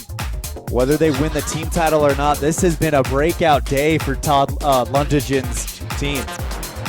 Now back to live action. It's Inns Robrace from Castleton. Innis Robrace. She'll be followed by Olivia Cordiero from Northeastern University. Of course, Castleton had their breakout day in the USCSA, I believe, back in 2018 in the GS when they came out of nowhere to win the team title. Gosh, I remember that day. Wow. Here at the finish line it is. Inns Robrace from Castleton in bib number 11, 55.13, 51st fastest here for Miss Robrace. She'll be followed by Olivia Cordero. Cordero now from Northeastern University on course. Up top, it's Peyton Sunberg from Colbait. She awaits her first run. Here comes Olivia Cordero. Comes to us from Bethel, Maine. Sunday River, first national championship. And if she could live anywhere, it would be Iceland. Good solid ski here for Olivia Cordero. Looks really smooth as she comes into the finish. And she hits the line. 58.99, 65th fastest for Cordero. Peyton Sundberg now from Colgate on course. And Sasha Mueller from the College of Idaho, the Yotes from Caldwell. She awaits her run high atop at the start shack. Here's Peyton Sundberg. She makes her way out of the center section. Good speed now as Sundberg will take it down the next 12 gates. That's a fun little delay right there. Interesting set here today. Pretty straightforward. Not a lot of action in it. With the snow conditions, it's probably best it is that way. I mean, we all know the probably most difficult course that we've seen in our years of watching ski racing together, but Sundberg doing a good job. Coached by Todd Enders, is a neuroscience major. Here's Sasha Mueller now from the College of Idaho. Great to see the Yotes here at what has to be their 700th national championship. Of course, longtime coach Ron Bonneau now working as one of the top people at Alpine at USCSA. Aaron Flynn in his second year taking over the program, doing a great job with the Yotes. Across the line, it's Sasha Mueller. 50.96. That's a good time. 30th fastest here for this session, way back in the start order. So she's got to be happy with that. You know, Ron Bonneau told me, he said the only thing that's different between what he used to do as a ski coach and what he does now is that he doesn't get paid. He works just as hard. He's at every ski race. He's right there. You know, he talks to the COI coach like every night about practice and all that. That's what he told me. The only change in my life is I don't get a paycheck for it anymore. Back to live action now. Here comes Devin Hart from Tufts. Ryan Ritchie getting Tufts back to the national championship. It's the second national championship for Devin Hart. And what's next for her? Lots more skiing, hopefully some more powder. Well, I'm pretty sure that might be on the horizon. Indeed. At least if she'll stay here in Mammoth, she'll get 5 to 8 more feet of powder in the next 36 hours. And I think she's excited about that. Tufts University's Devin Hart. She's safely in with a time of 57.78. Now it's Maggie Sullivan from Syracuse University wearing bib number 86. She'll be followed by the University of Colorado at Boulder's Emily Lubelska. And Lubelska is now dropped in from the top. Amy Marceau from Virginia Tech. She's awaiting her first run. But here at the bottom, it's Maggie Sullivan. Sullivan, of course, skiing for Syracuse. Always good to see the orange here at national championships. And Maggie crosses with a 58.1. Check that. 56.17. Good enough for 58th fastest here in this ladies' one-run national championship slalom. Glad you're joining us on the USCSA Broadcast Network, ladies and gentlemen. Boss Hogg and Elin Olive on the call with you. We will immediately follow this women's slalom run with the men, so stay tuned. A big day of championship ski racing here from Mammoth Mountain, California, high atop the Sierra Nevada mountains here at the main lodge, and it's all right here on the Alpine Channel. Amelia Lubelska from Colorado Boulder. Actually, that's University of California, Berkeley. Oh, check that. My bad. That is also the initials in snowboard for Colorado Boulder. But this is University of California at Berkeley. And a good run for Amelia Lubelska. 104.94. We haven't seen Cal Berkeley here at the national championships in some time. And you know, we want to talk about that for a second because this is the biggest USCSA National Championship we've ever had. 615 athletes are represented here today. I think 525 might have been our biggest number up until this point. That is how much this league has grown. And it has grown by the inclusion and the creation of new club teams, because all you have to do is create your team. You might be a skier in a school that doesn't have a ski team.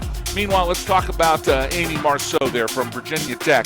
Marceau with a 1:14.77. She'll be followed by Hannah Burns from Minnesota Twin Cities, and here is Burns on course. But back to our discussion, you may not even have a ski team, but your parents took you skiing, and you love to ski fast, and you want to be a ski racer. And so you can go to any school. It doesn't have to have a ski team. You can be the ski team. And then the next thing you know, you got 2 or 3 more friends, and the next thing you know, you're bringing a team to national championships. That's how it works here at USCSA. Hannah Burns from Minnesota Twin Cities across the line, 58.45. She takes a bow here. It's so good to see her in bib number 122. Ines Jouget now from Syracuse University. She is on course. She'll be followed by Cal Berkeley's Elizabeth Gamarello. Meanwhile, here into the center section and into the final 15 now. Here comes Ines Jouget. Coached by Ben Ludke over at Syracuse University, architecture freshman, and this is her first national championship. She speaks 3 languages. Well, she spoke 4 right there. That was a good run here, and speed and a good time of 53.57, 41st fastest. Way out of the back of the pack for bib number 87, Ines Jouget from Syracuse. I bet we see more of Ines as that's a real good time from back in the back. Now at the start, pushing off. This is Elizabeth Gamarello from University of California at Berkeley. She'll be followed by Isabel Morales from Tufts University. Mechanical engineering, a senior, joined us at Lake Placid last year, and she would like to live somewhere in the Alps. Next year, she's going to be going to graduate school to earn her master's in aerospace engineering. Marty Pants. Elizabeth Gamarello now from Cal Berkeley in bib number 102. Coming into the final 8 gates. She's going to hold on and post a score here. Just to have your name on the finish sheet, the final master finish sheet at a national championships. We keep all of those records.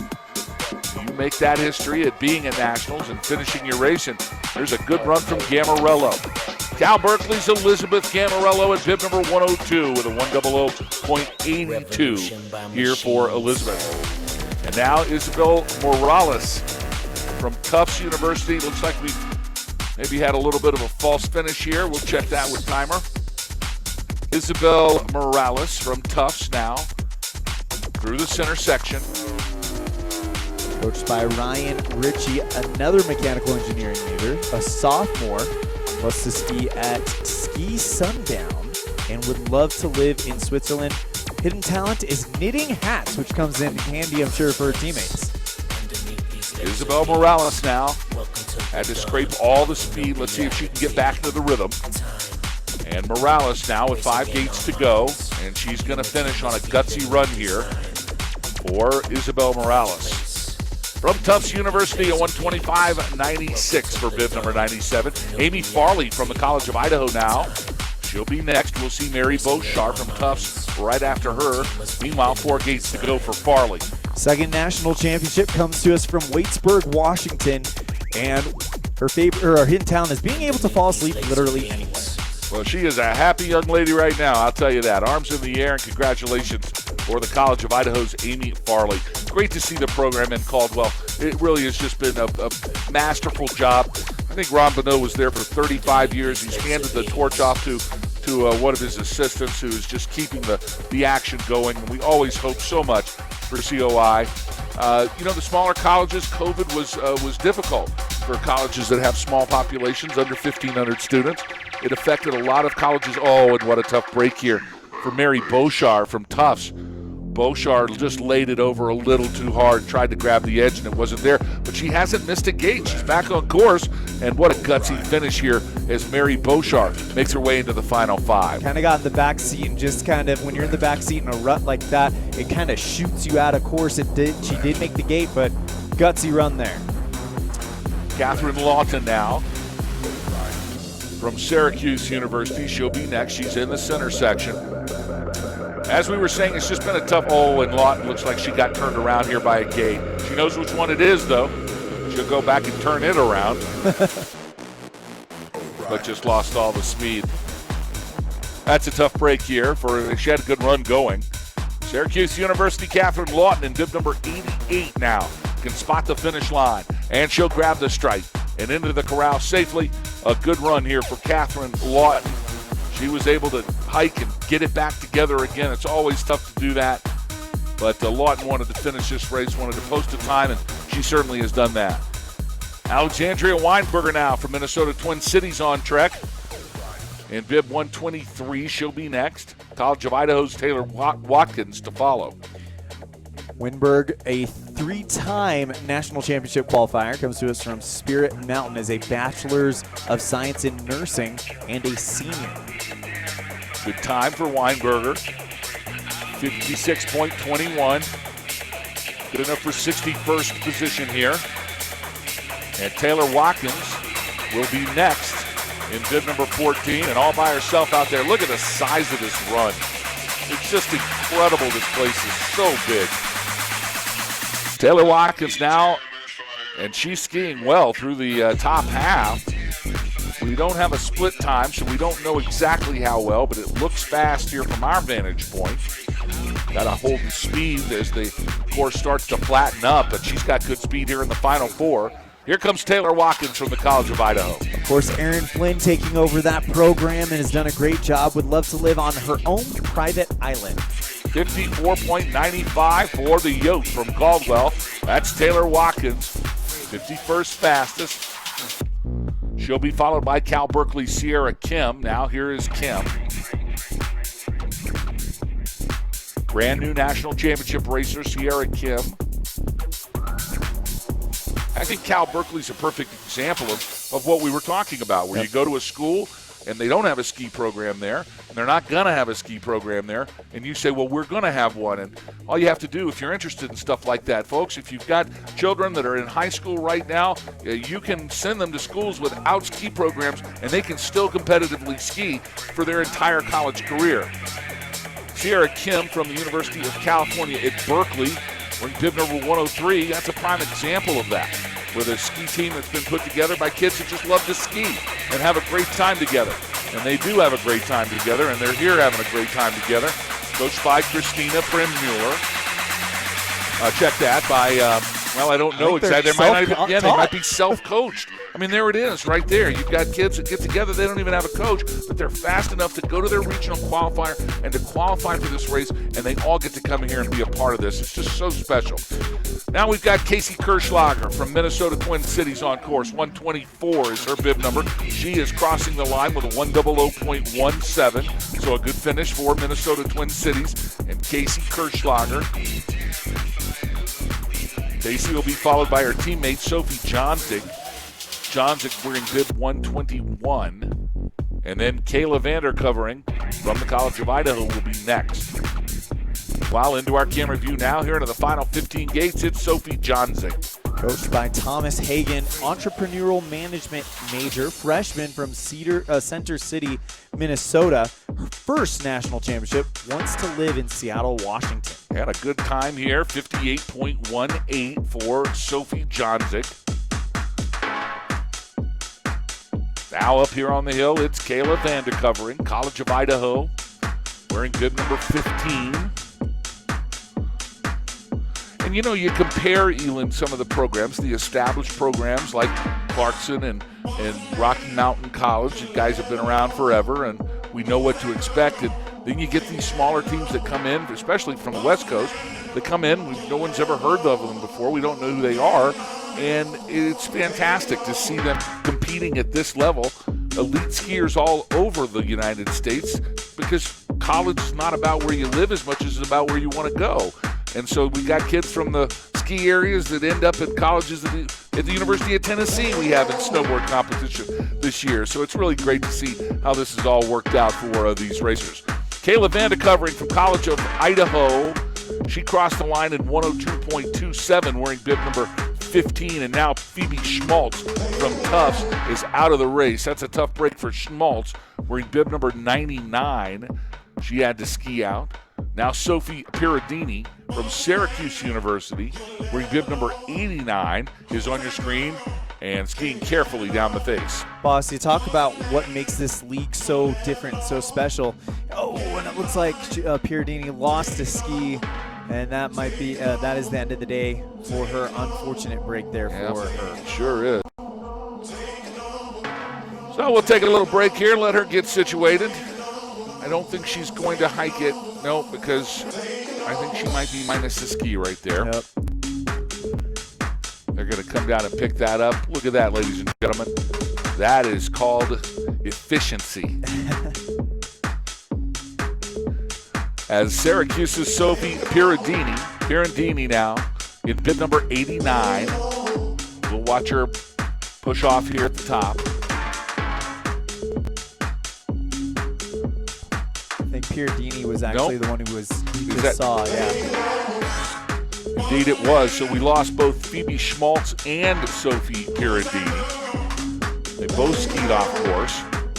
And so no one on the course right now as we await Emily Donovan from the University of Virginia.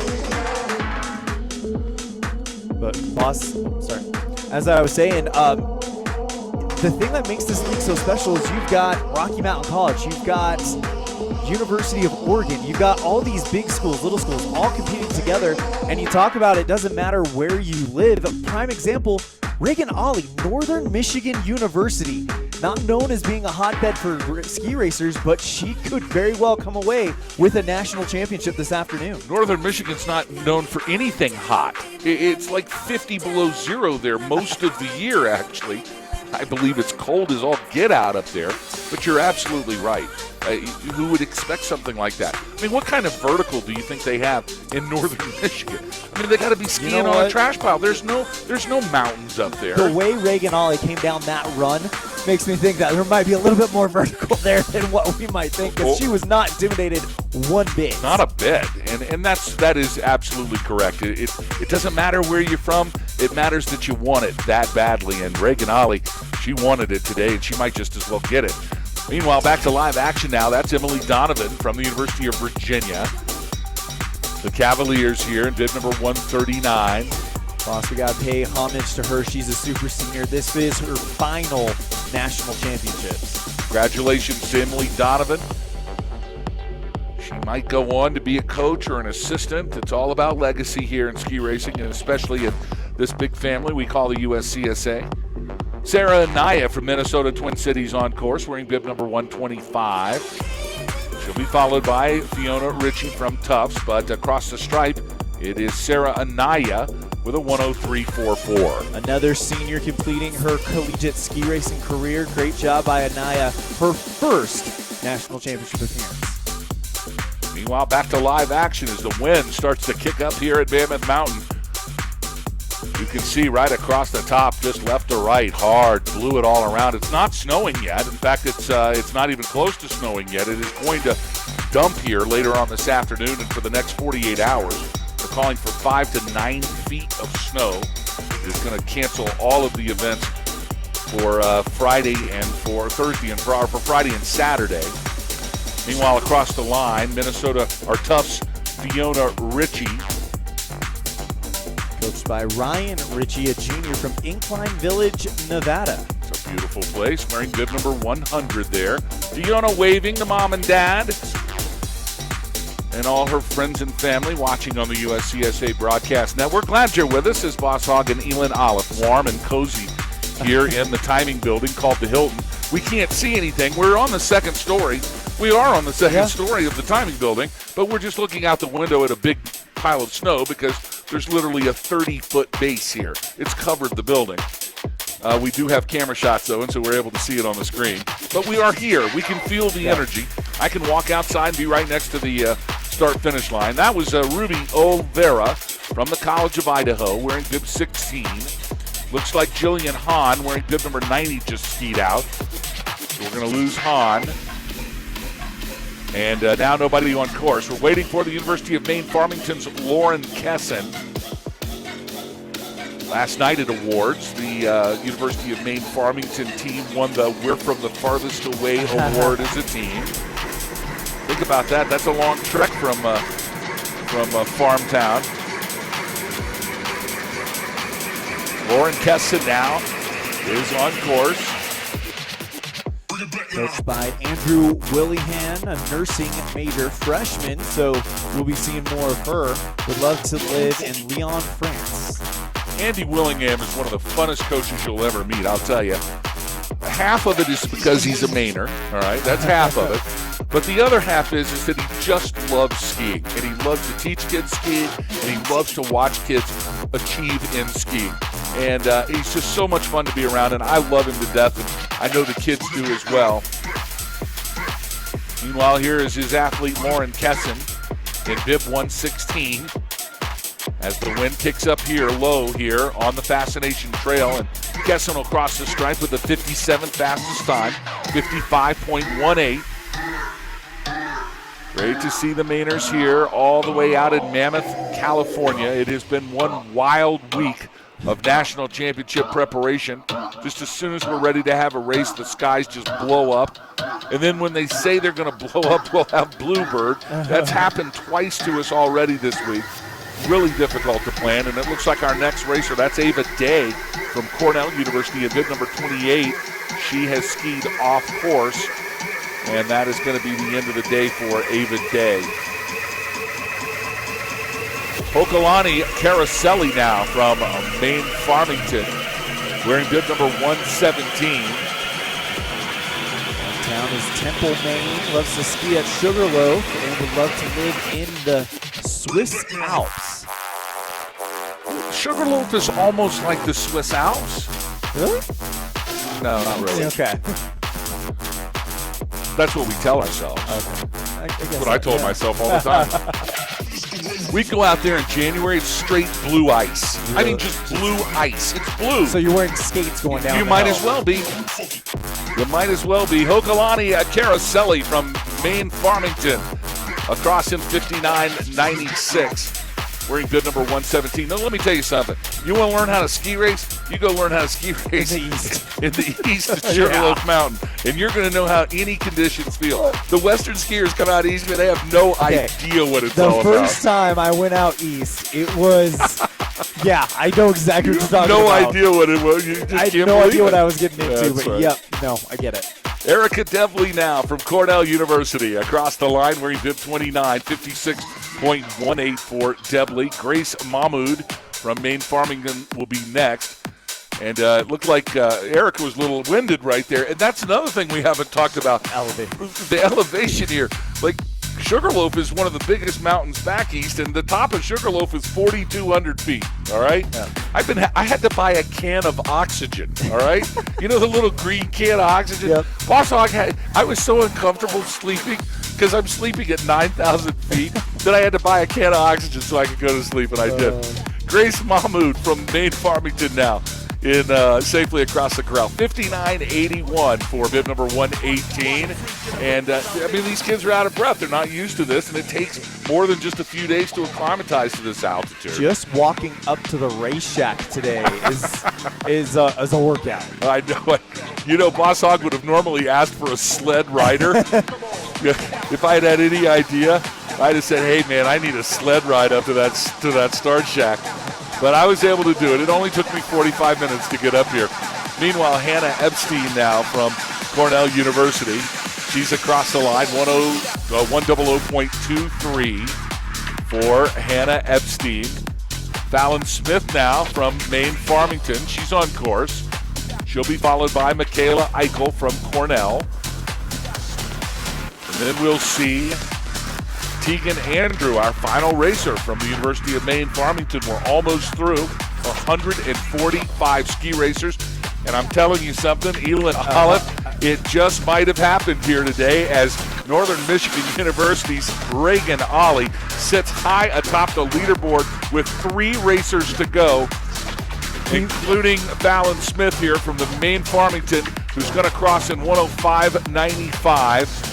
Michaela Eichel from Cornell, she is going to come next, and then Tegan Andrew. There's only 2 opportunities for anyone to take Reagan Ollie off this leaderboard, and I'm telling you, this thing is going to belong to Northern Michigan University, and just out of nowhere, Reagan Ollie is going to get it done. Just an incredible performance here as we see Michaela Eichel from Cornell coming down into the final 3 gates. Boss, we'd have to do some research, but I believe that is the first national championship in Alpine for Northern Michigan. And, I mean, Hilda Sato was the favorite. She came down. It's not like her run was slow. it was a great race, but Reagan Ollie found something deep down inside and just let it all hang out. You know what? It's one run. Let's not leave anything out there, and she's going to walk away a national champion. Kayla Eichel, meanwhile, she safely got across the line, 55-35. Now our final racer of this ladies 2023 USCSA National Slalom Championship. It's Tegan Andrew. Tegan from the University of Maine, Farmington, in bib number 120, has already taken enough time. She's going to cross the line with a 105.66. And ladies and gentlemen, she has done it. Your 2023 USCSA Ladies National Champion in the slalom from Northern Michigan University. The day belongs to Reagan Ollie in bib number 55. Can you believe it? That is going to be a celebration for that team. They came in underdogs and came away with what might be a top 3 upset in USCSA history. Let's go over your top 10 here in the ladies slalom. These are unofficial results, but they might as well be official. In 10th, from Northern Michigan, it's Ainsley Kirk. From the University of Virginia, the Cavalier Logan Lindstrom in the 9th slot. 8th belongs to Haley Kutzer from Northeastern University. Caroline Hazier from Babson College in the 7th position. In 6th, it's Rocky Mountain Sin Gostad Vinlog. Rounding out your top 5 now for this ladies slalom national championship, it's Marjorie Plants from Hobart William Smith College in the 5th slot. In 4th, Emily Sten from Castleton University. In 3rd, it's Ashley Winberg from the College of St. Scholastica. Rocky Mountain College's Hilda Sato will take 2nd place. And folks, your 2023 USCSA Women's National Slalom Champion from Northern Michigan University, the day belongs to Reagan Ollie. Congratulations, Reagan Ollie and the Northern Michigan University ski team. What a historic day here at this alpine venue at Mammoth Mountain. And we're not done yet. It's only about halftime, and can there be any more fireworks? We are going to crown another national champion, but do we have another stunning result like that in us? What an exciting morning of championship ski racing here at Mammoth Mountain, folks. And we're glad to have brought it to you. Stay tuned. We're not even going to go off the air.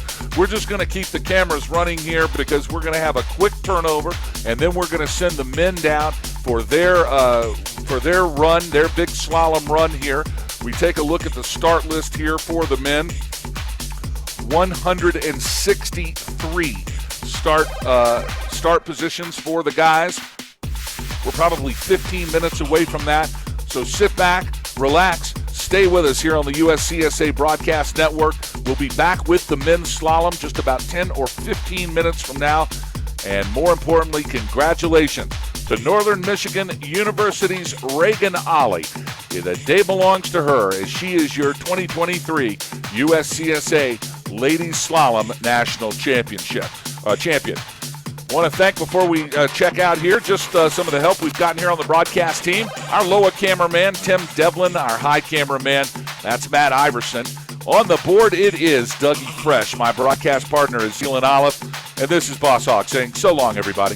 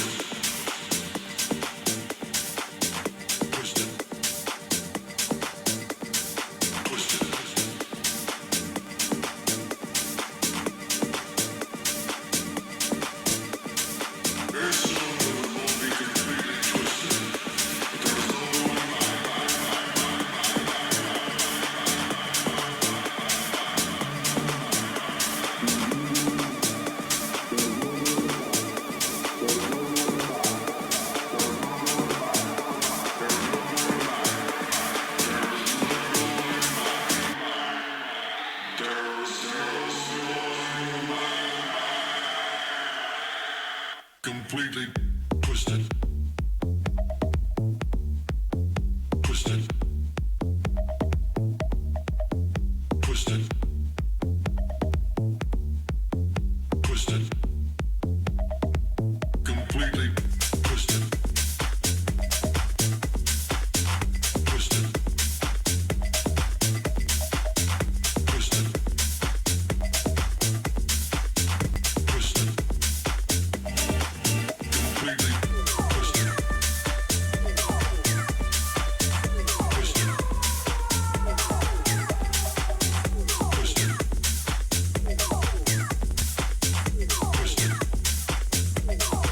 Completely twisted. Twisted. Twisted. Twisted. Completely twisted.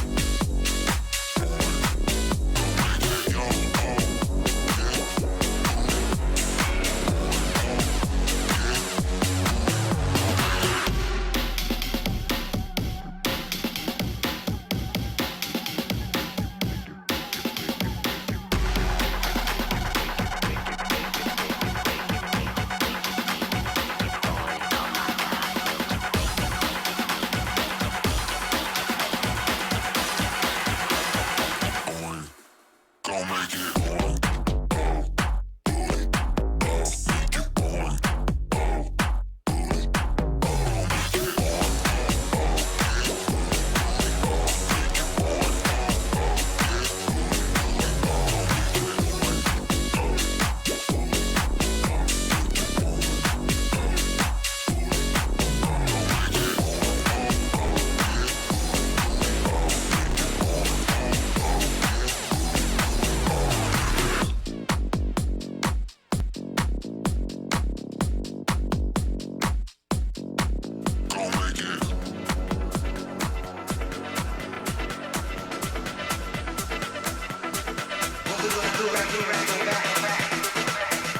And welcome back, ladies and gentlemen, boys and girls, kids aged 8 to 80.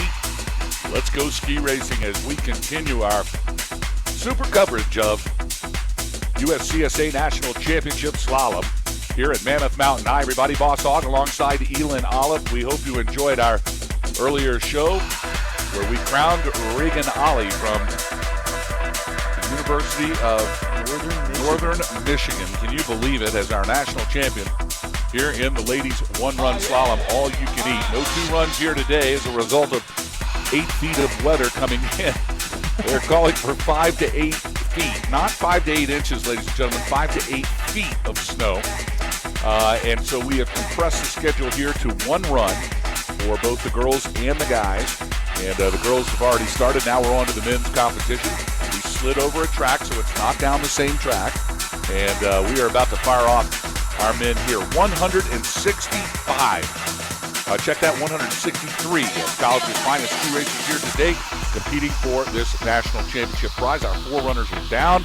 Elon Olive, boy, what a day of ski racing we've already had. Yeah, I mentioned it at the end of the other broadcast. Do we have another stunning result? Got Megan Ollie from Northern Michigan University making history, becoming the first national champion from Northern Michigan University in the Alpine, to both of our knowledge, and that's pretty hefty right there.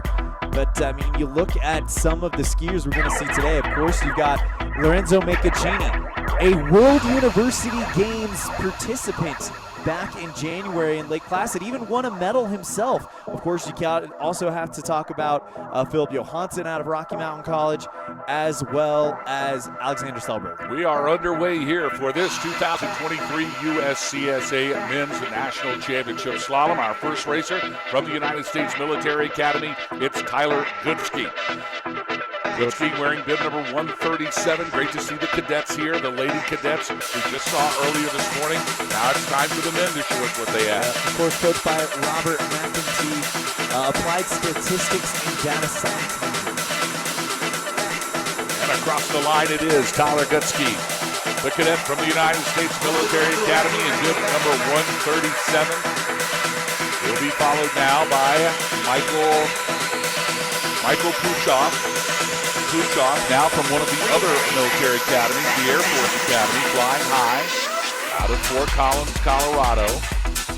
And now he is across the line with a 43.63. Next up, Ethan Ross from St. Olaf in bib number 88. He'll be followed by Stanford's Thomas Hatcher.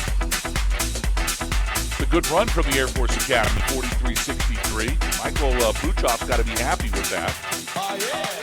Ethan Ross, he's now making his way across the line. He'll hit it with a 44.18 for Ross. Charlie Steele from Lafayette College in bib number 48 now, making his way through the center section. Awesome course information. It's the same number, 5049, and this time it's Chris Eder as our course runner. Mr. Eder, Coach Eder is out there setting the gate. You see that they go through a flat spot there and then down the final head wall. About 8 gates to go now for Charlie Steele. Here's Lafayette College's Charlie Steele in bib number 48.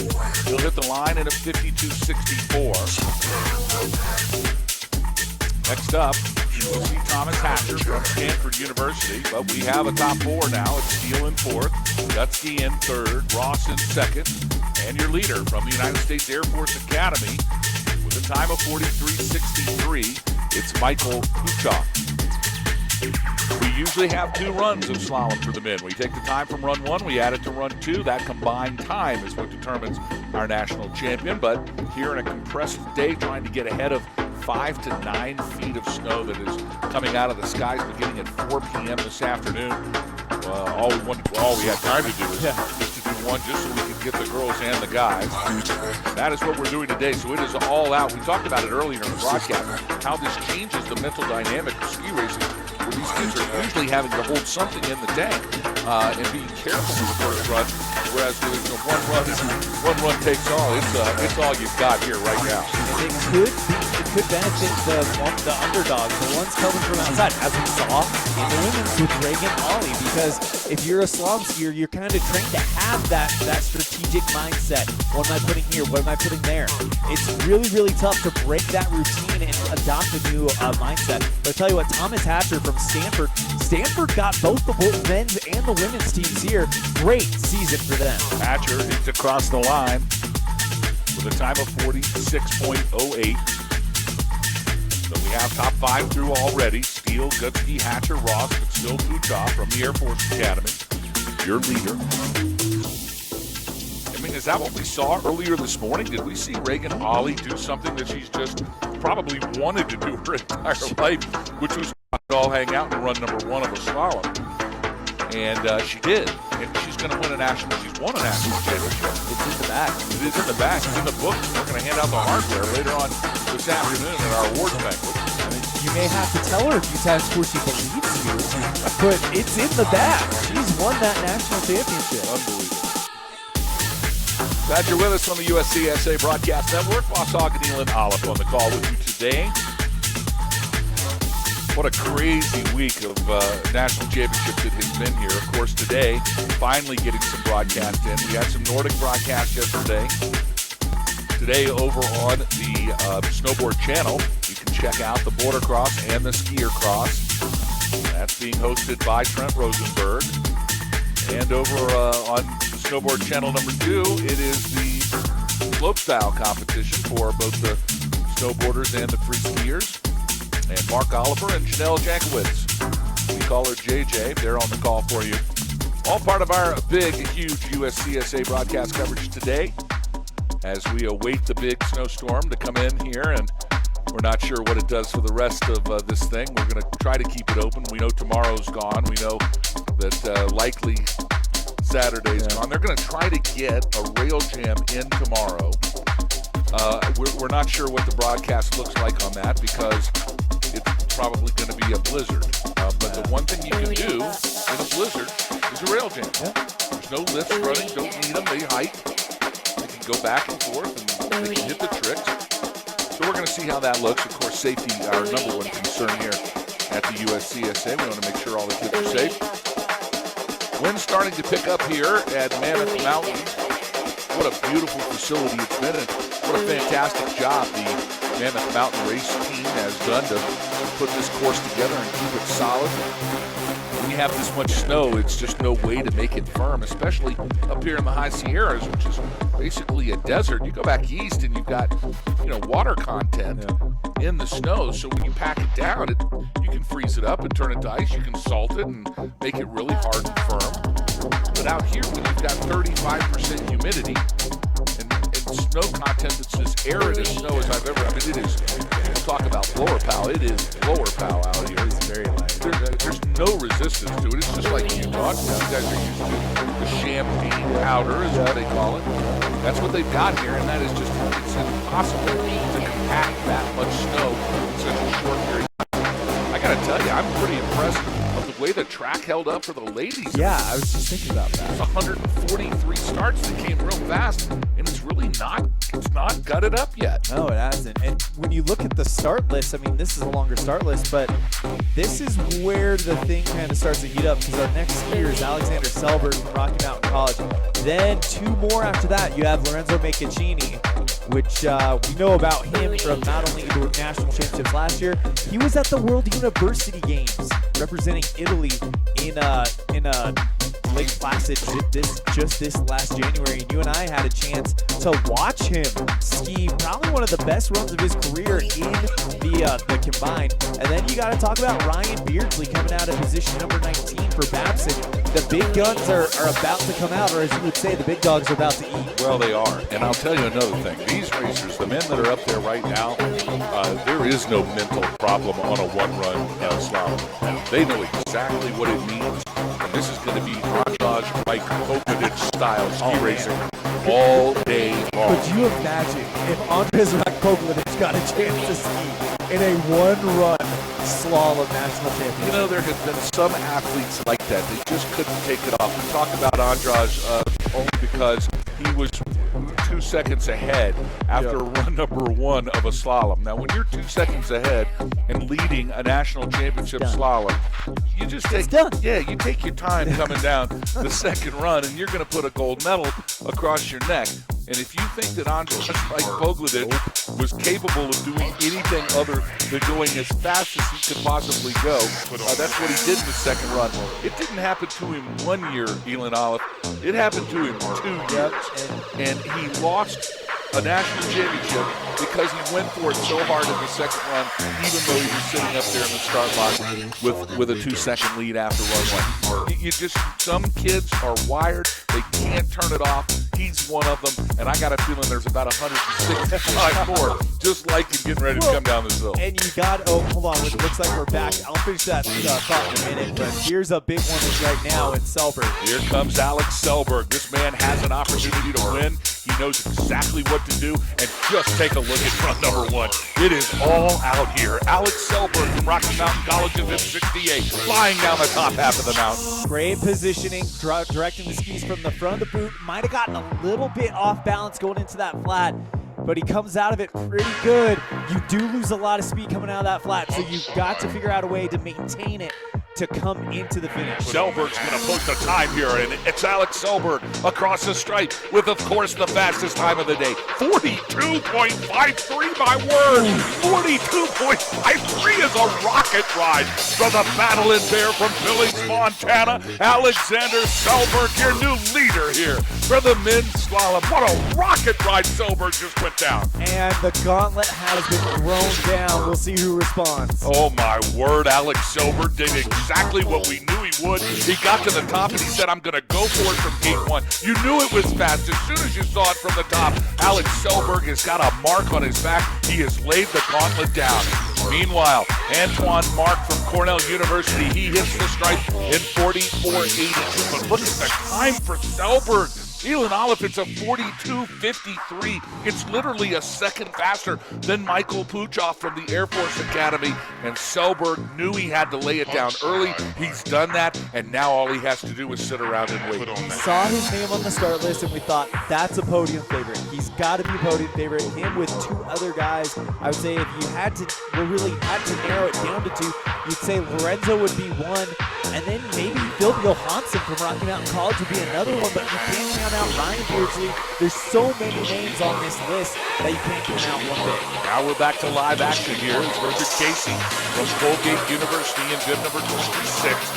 Now making his way down high in the top third. Good form here for Casey. Casey into the hopping now. This is just an all-body excursion. Oh, it's now on a wild ride. It's Casey. He got in the backseat. He had to scrape all of the speed. What a tough break for Casey. He's lucky to stay in it as he'll now make his way through that final flat section into the last 10. All of the core strength in the world in order to stay on that. If you're on the back seat, you're directing those skis around the gate. That is extremely difficult. What a good recovery there for our Richard Casey from Colgate. He went on a wild ride high atop the mountain, was able to use the core strength. He got in the back seat, but he was able to use the core strength to steer himself around. He's lucky to be down here all in one piece. A good run and a great recovery for Richard Casey, wearing bib number 26. So your top 5, it's Casey in 5th, Mark in 4th, Ross in 3rd, Puchoff in 2nd, and still your leader, 42.53 is the time to beat from Rocky Mountain College. It's Alexander Selberg. There is Saren Spear there from the University of Maine, Farmington, 46.44, 7th fastest for Spear. As there's a little bit of, seems like there's a little bit of a delay coming here from the top of the hill. We'll get into the rotation and into the flow pretty quickly, I imagine. 2 big runs of National Championship Slalom ski racing here on the USCSA Broadcast Network. Glad you're joining us at www.uscsA.org/broadcast. And here he is, the man with the plan from Castleton.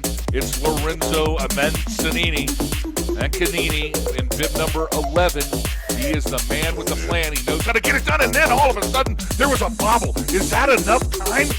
Can you make a mistake like that, Elon Olive? I don't know, but he did not appear to lose a lot of momentum or speed. They may have to go back and look a little bit earlier. Looks like he might have knocked the gate down, but he's got good rhythm coming in here. Here in the final 4 gates is Macagini. Macagini's now going to grab this stripe. Will it be enough? No. 42.96 for Lorenzo Mancanini from Castleton University. It's going to slide in behind Alexander Selberg. Selberg is still ahead by 0.4 of a second. That was one of the bullets he had to dodge. It was the bobble. I'm telling you, as soon as I saw it, I knew, was that enough? You cannot make a mistake when Selberg ran as perfect a run as he has.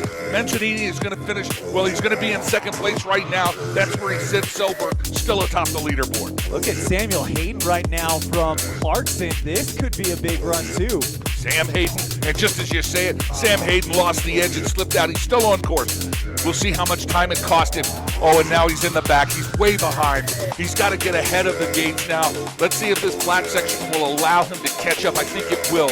It was a good time to see the flats now into the final 10. Here comes Samuel Hayden. Boss, I'm wondering if this might be a bit of a disadvantage to the Eastern skiers having to ski on this packed powder because the edges grab and this thing does ski different than what they're used to. Sam Hayden across the line in 7th fastest time, 46 flat. Thomas Johnson, the Cavalier from the University of Virginia, now on course, wearing bib number 142. He'll be followed by the University of Calais Davis's Finn Knock. He'll be next coming out of the box. These men are tearing these gates up Elon Olive. As you can see, the course workers just about every single run having to go out and check gates. Meanwhile, here at the bottom, it's the University of Virginia's Thomas Johnson. Johnson actually looks like he's skiing really strong heading into that finish. He'll hit the line in 51.28, so it cost him time high atop. He had some problems in the first few gates, but then was able to get it back, recover. Thomas Johnson from the University of Virginia safely aligned across the line in 51.28. Finn Knock now on course from the University of California at Davis. Of course, University of California at Davis getting here to the national championships. They had an amazing season getting both their men's and women's teams. He's a freshman, first national championship. Finn Knock now through the top third. He makes his way into the center section. We'll lose him here briefly as he gets into that flat. You have got to have the speed as you make it into that flatter section. A little bit of a roll right as well, so a fall away. No problems there for Finn as Finn Knock from the Cal Davis team and bib number 109. He's going to hit the stripe with a time of 55.96, good enough for 13 fastest. So a good run for Finn Knock from Cal Davis. Your top 5, though, Antoine Mark from Cornell in 5th. 4th belongs to Ethan Ross from St. Olaf. Then it is Michael Puchop from the Air Force Academy in 3rd. Lorenzo Mentionini from Castleton in 2nd. And Rocky Mountain's Alex Selberg with a time to beat a 42.53. He is your leader here in this men's national championship slalom. Meanwhile, it looks like Matthew Chambers from the University of Connecticut has had problems. And look at the wind kick up here. It is not snowing, folks. That is just wind blowing snow across the run. The winds are starting to pick up as well here at Mammoth Mountain.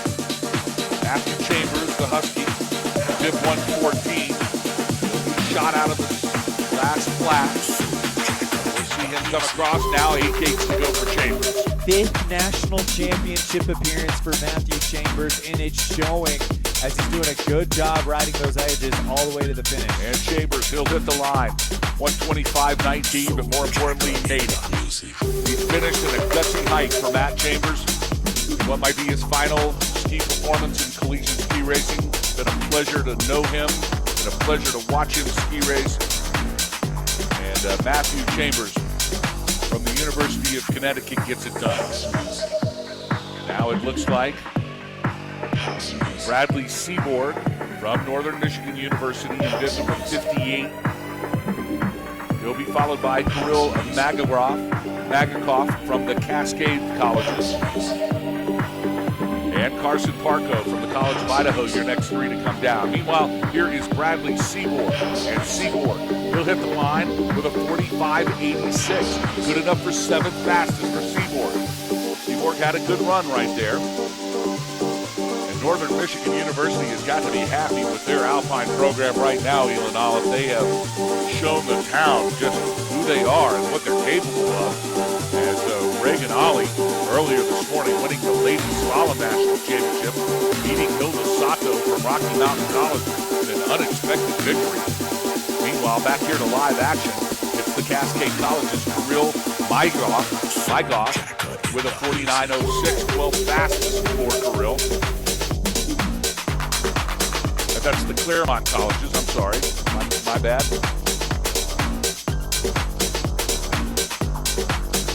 Carson Parko now from the College of Idaho is getting ready to set up. He'll be next. As we take a short break again here on A Course Rule. So it's from Tracy, California as a sophomore, 2nd national championship for Carson Parko. Biomedical science major, and of course coached by Aaron Flynn. Here comes Parco now, the yoke from Caldwell, wearing bib number 16. But in the back seat now, it is steep there. He really had to, and that's a lot of scrape right there. And now he's going to see if he can get around it. You know, that's the thing about slalom ski racing. You know if you made it, you know when you didn't.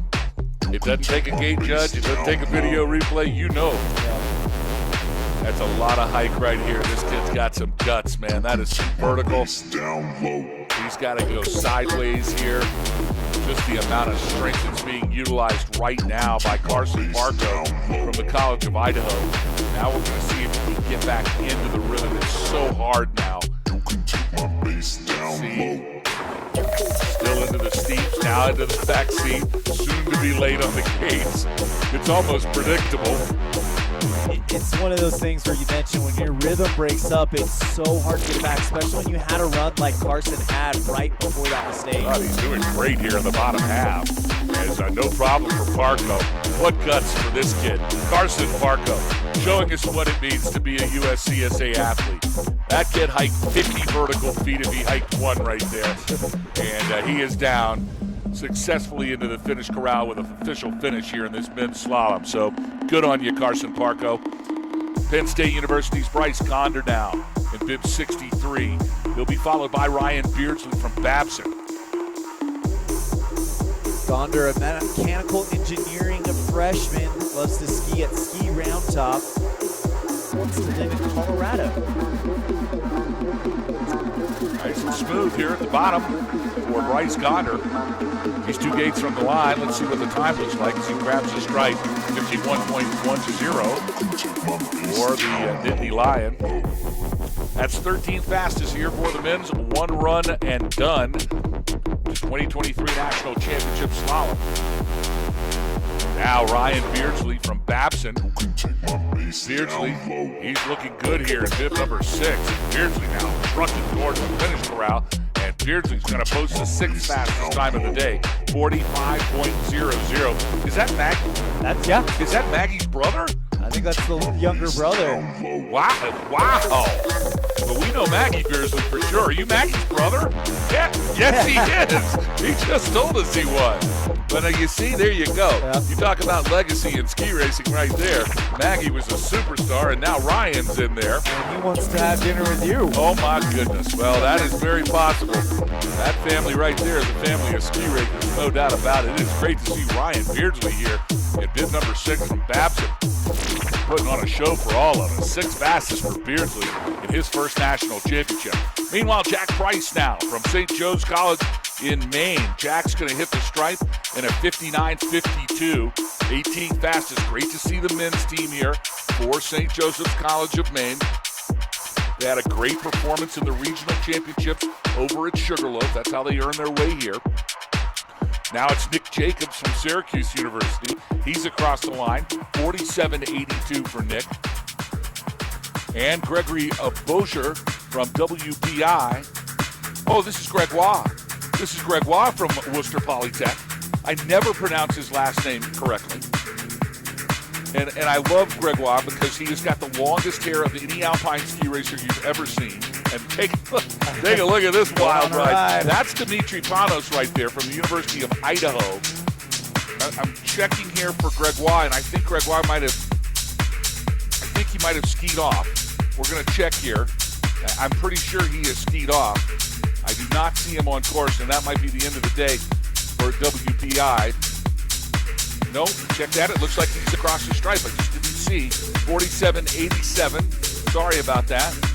WPI's in bib number 148. That is the 13th fastest time. 47.87 for Greg. Now across the line, it's Dimitri Panos from the University of Idaho with the 12th fastest time of the day. 46.48 for bib number 120. Now Tanner Bentz from the University of Wisconsin in Madison. He is in bib 147. Good form here for Tanner as he makes his way into the final 3.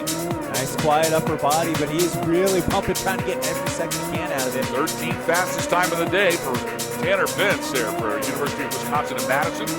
Bib number 147, 47.72. So that's a good effort. Here high atop it is Varun Sukikar.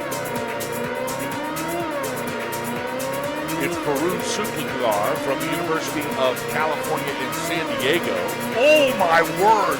Oh, Sukikar just got shot out of a gate like a rocket. And that's going to be the end of the day for Varun Sukikar. Boy, he got the skis in a rut and he was in the back seat. It shot into the moon, Elon Olive. Yeah, I mean, that's never a great feeling, but I mean, luckily it is softer than what we usually race on. Oh my. So it helps out a little bit, but man, we always When you get that. land. Yeah, when you land, it helps a little bit. But hopefully he's okay. That's a tough break for Varun Sukikar. He had a good run going in bib number 119. Now the UPenn, the only athlete here from UPenn. That's the University of Pennsylvania, by the way. Douglas Phillips. Got to meet him a couple of nights ago at the opening ceremony. He was holding his team's flag. I said, "Where's the rest of your team?" He said, "I am the team."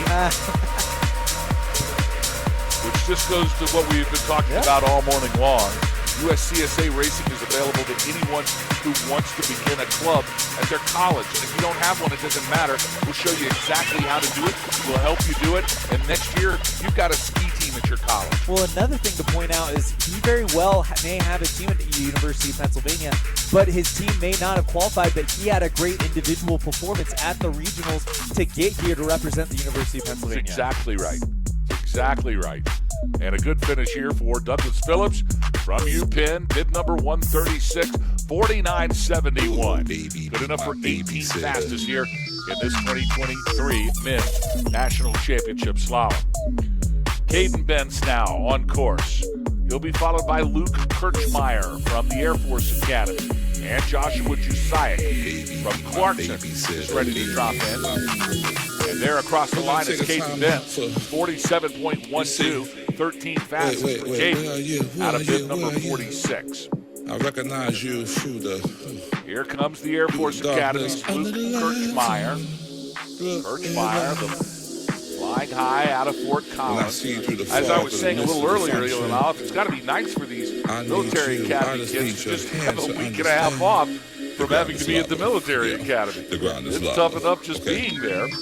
And a good run for Luke Kirchmeyer, 47.20. That's good enough for 14 fastest here in this men's slalom final. San Jose's, check that, St. Joe's College of Maine, Logan Davis now. He is next to come. We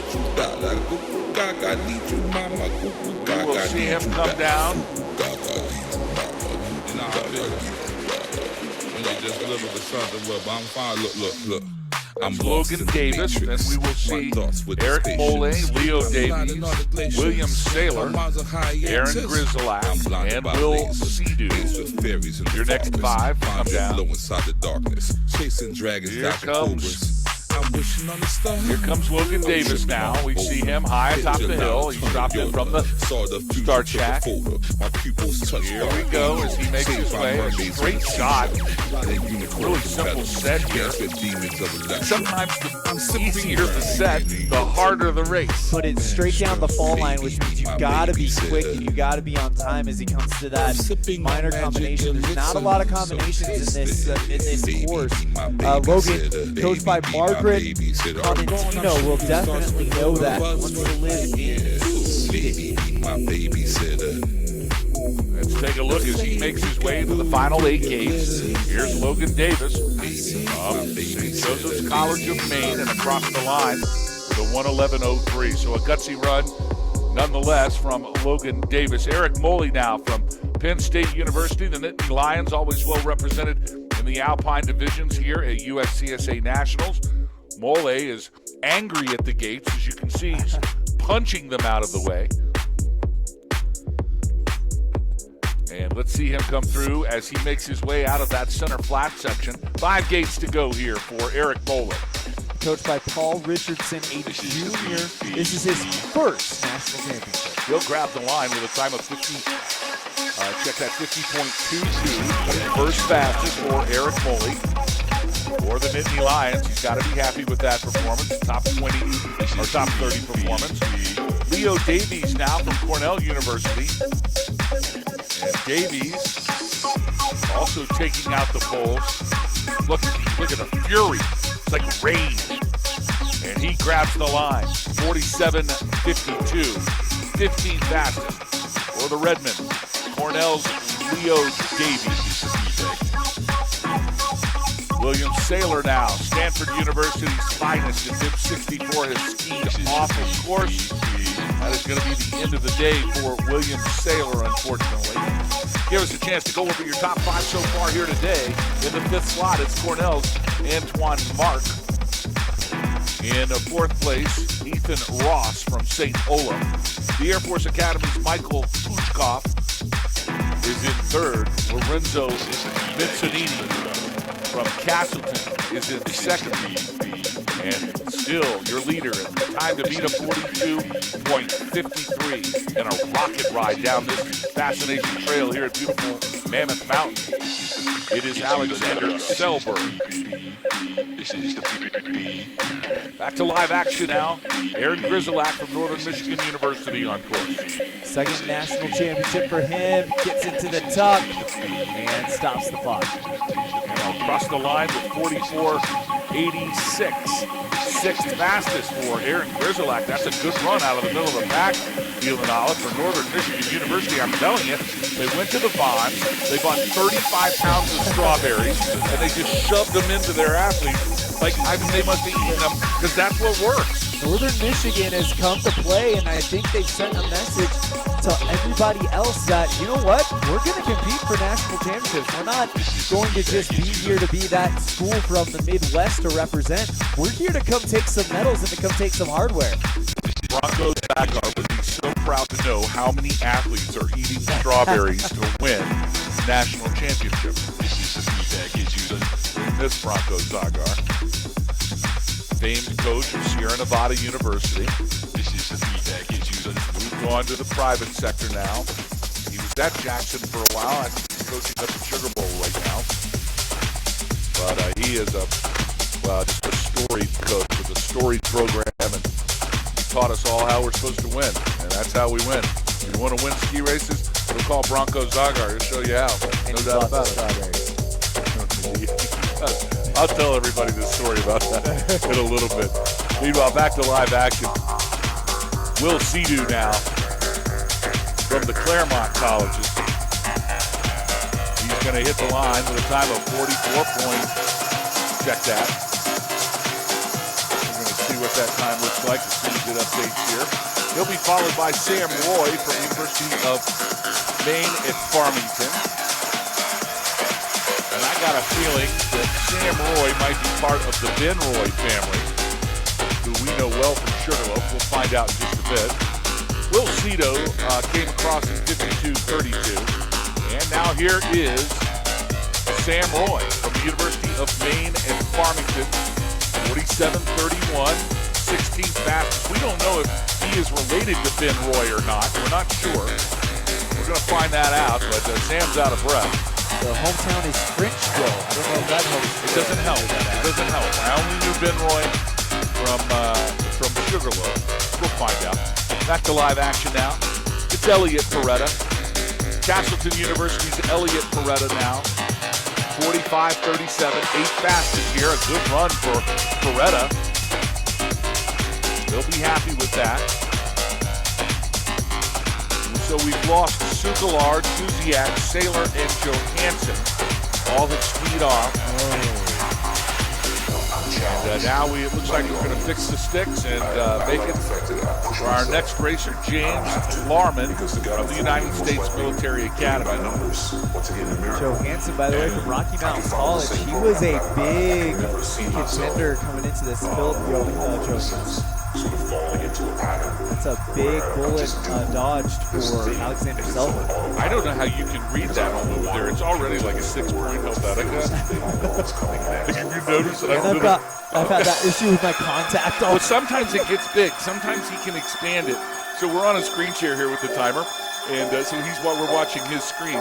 And sometimes he makes it big for us, and I love it when that happens because I can read it real good, but I can still read it all right, I guess. Top 5, no change. Antoine Mark, Ethan Ross, Michael Kuchak, Lorenzo Mancinini, and Alexander Selberg still leading the pack. Meanwhile, from the United States Military Academy, here comes James Larman in bib number 138. United States Military Academy, we always talk about how much they have to do in school, but what about their commitments after school? Every single one of these athletes will be serving our country in the armed forces, and we thank them for their service. Yeah, no doubt about that. And a good run here for James Larman, 46.25, 13 passes of the day. That's actually an excellent run for the cadet from West Point. So James Larman's got to be happy here with his one-and-done run in this 2023 men's slalom edition. Earlier today, we got to see the show from Northern Michigan University's Reagan Ali taking home her first national championship. She has got to be happy as can be. Doda Sato gave it her all, no doubt about it. And I don't want to discount anything that we didn't see from Rocky Mountain College's Doda Sato. It just wasn't enough. Today it belonged to Reagan Ali, and she was having no part of anything at first. You know, earlier we talked about Andrzej Pogladic. One thing, we tell that story a lot on the broadcast, but one thing we don't talk about is how great the run by Paul Reckberger was in 2018 and Adrian Romberg in 2019 to win that gold medal. I mean, you got to put it together, and that's exactly what Reagan Ali did in order to win that national championship. You know, we talk about the fact that Pogladic had the big lead over Paul Reckberger, but Paul Reckberger won the national championship, and that's because Paul Reckberger put 2 runs together, and Andrzej Pogladic could only get 1. By the way, these are the finest ski racers we've ever seen at USCSA. Both of them could win any day, and I wish we had one competition where we could bring them back one more time and let them go at it again. Let him, Baum, again, Adrian Romberg. I'd love to see a lot of those guys run one more time. Much fun if we could go back and have a video game of all of this, all the way back to Marcus Clear and Yaza Yazbek and just all of the gang that we can remember here. USCSA 2K24. Oh my word, looks like we've had a problem here with Justin Wallach up from the University of California, Davis. He just went on a cartwheel ride. Looks like he's okay. That's going to be the end of the day. He lost his ski. Carl Domberg from St. Olaf, in the meantime, he crossed the finish line in 47.23, wearing bib number 89. So a good run. Wanted to give him his kudos here for a good run here in this men's national championship slalom for Carl Domberg from St. Olaf. No, there's always been the ones, Steele and Olaf, that have stood out. Always the superstars. And we've just enjoyed, it's been such a pleasure and a real privilege to be on the front row, to be able to watch some of these performances. And sure enough, we look behind us this morning before we get started on the ladies broadcast. Paul Reckberger standing behind us and popping his head in. And, you know, that's 5 years ago Reckberger raced. And, man, it's at least that long ago. And now he's the coach. He coaches and he wants to stay involved. He's getting his master's degree at the college, and it's just this is what this USCSA does to kids. It makes them want to stay in it. 4 years isn't enough, and so it's great to see them when they win something and then they turn around and the next thing you know they got a coach's jacket on. Back to live action. Brayton Oliver now from the University of Virginia, the Cavalier, wearing bib number 143. Now making his way into the center section. He'll be followed by the University of Connecticut's Preston Bolus. Comes to us from Washington, D.C. Where would you ski when you live in Washington, D.C.? How about Whitetail Mountain? This is his second national championship. And what famous person he would invite to dinner? That's Benjamin Franklin. I don't know that mountain. It looks like he skied off, by the way. That's a tough break for Brayton Oliver from the University of Virginia. He just got behind the gate. He was carrying too much speed. He was behind. He hadn't made the arc fast enough. And that's going to be the end of the day. That's a tough break for Brayton Oliver. Here is the Husky from the University of Connecticut, Preston Bolus. Bolus now making his way into that flat section. He'll crest the final head wall. 10 gates to go for Bolus. Who used to be the coach when I first got involved with UConn? I remember he's a really nice guy. Bruce Diamond. Bruce Diamond, yeah. Bruce Diamond. Got that program really going. He sure did. He's up at Catamount, likes to ski out of Catamount, and Berkshire East is his two mountains. I think putting together age group teams up there right now, teaching younger kids how to ski so they can become national championships. He's one of the best guys in the business. Preston Bolus now from UConn across at 47.95. He'll be followed by William Paquette from the College of Idaho. Paquette's been around some time. I remember his first year at national championships. Sebastian Wallich from Lafayette College will be next. Grabbing the stripe, there is William Paquette from the College of Idaho, 49.95. Great to see the Yotes here from Caldwell.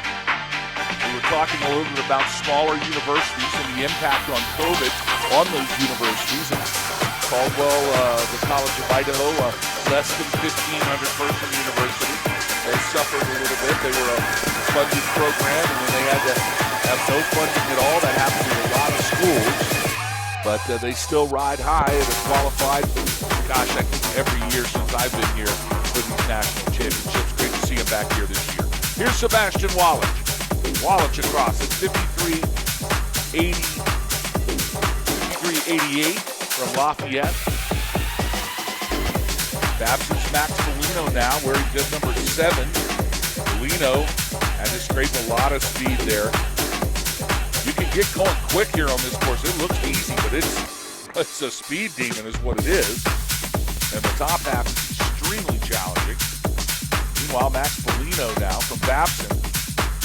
His first national championship, and he comes from Attitash Mountain. They live free or die at Attitash Mountain, that's for sure. And he swings the pole and makes the stripe. That's Max Polino from Babson, 47.27, 19th fastest for Polino here in this men's slalom. Here's Charles Snyder now. Snyder from Colgate University wearing bib number 27. Third national championship for Charles, comes to us from Sun Valley, Idaho.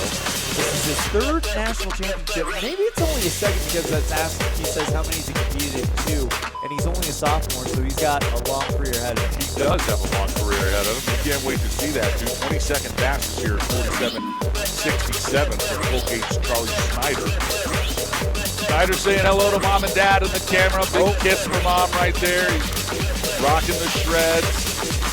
Feeling good. The red, white, blue. Look at that Evel Knievel costume.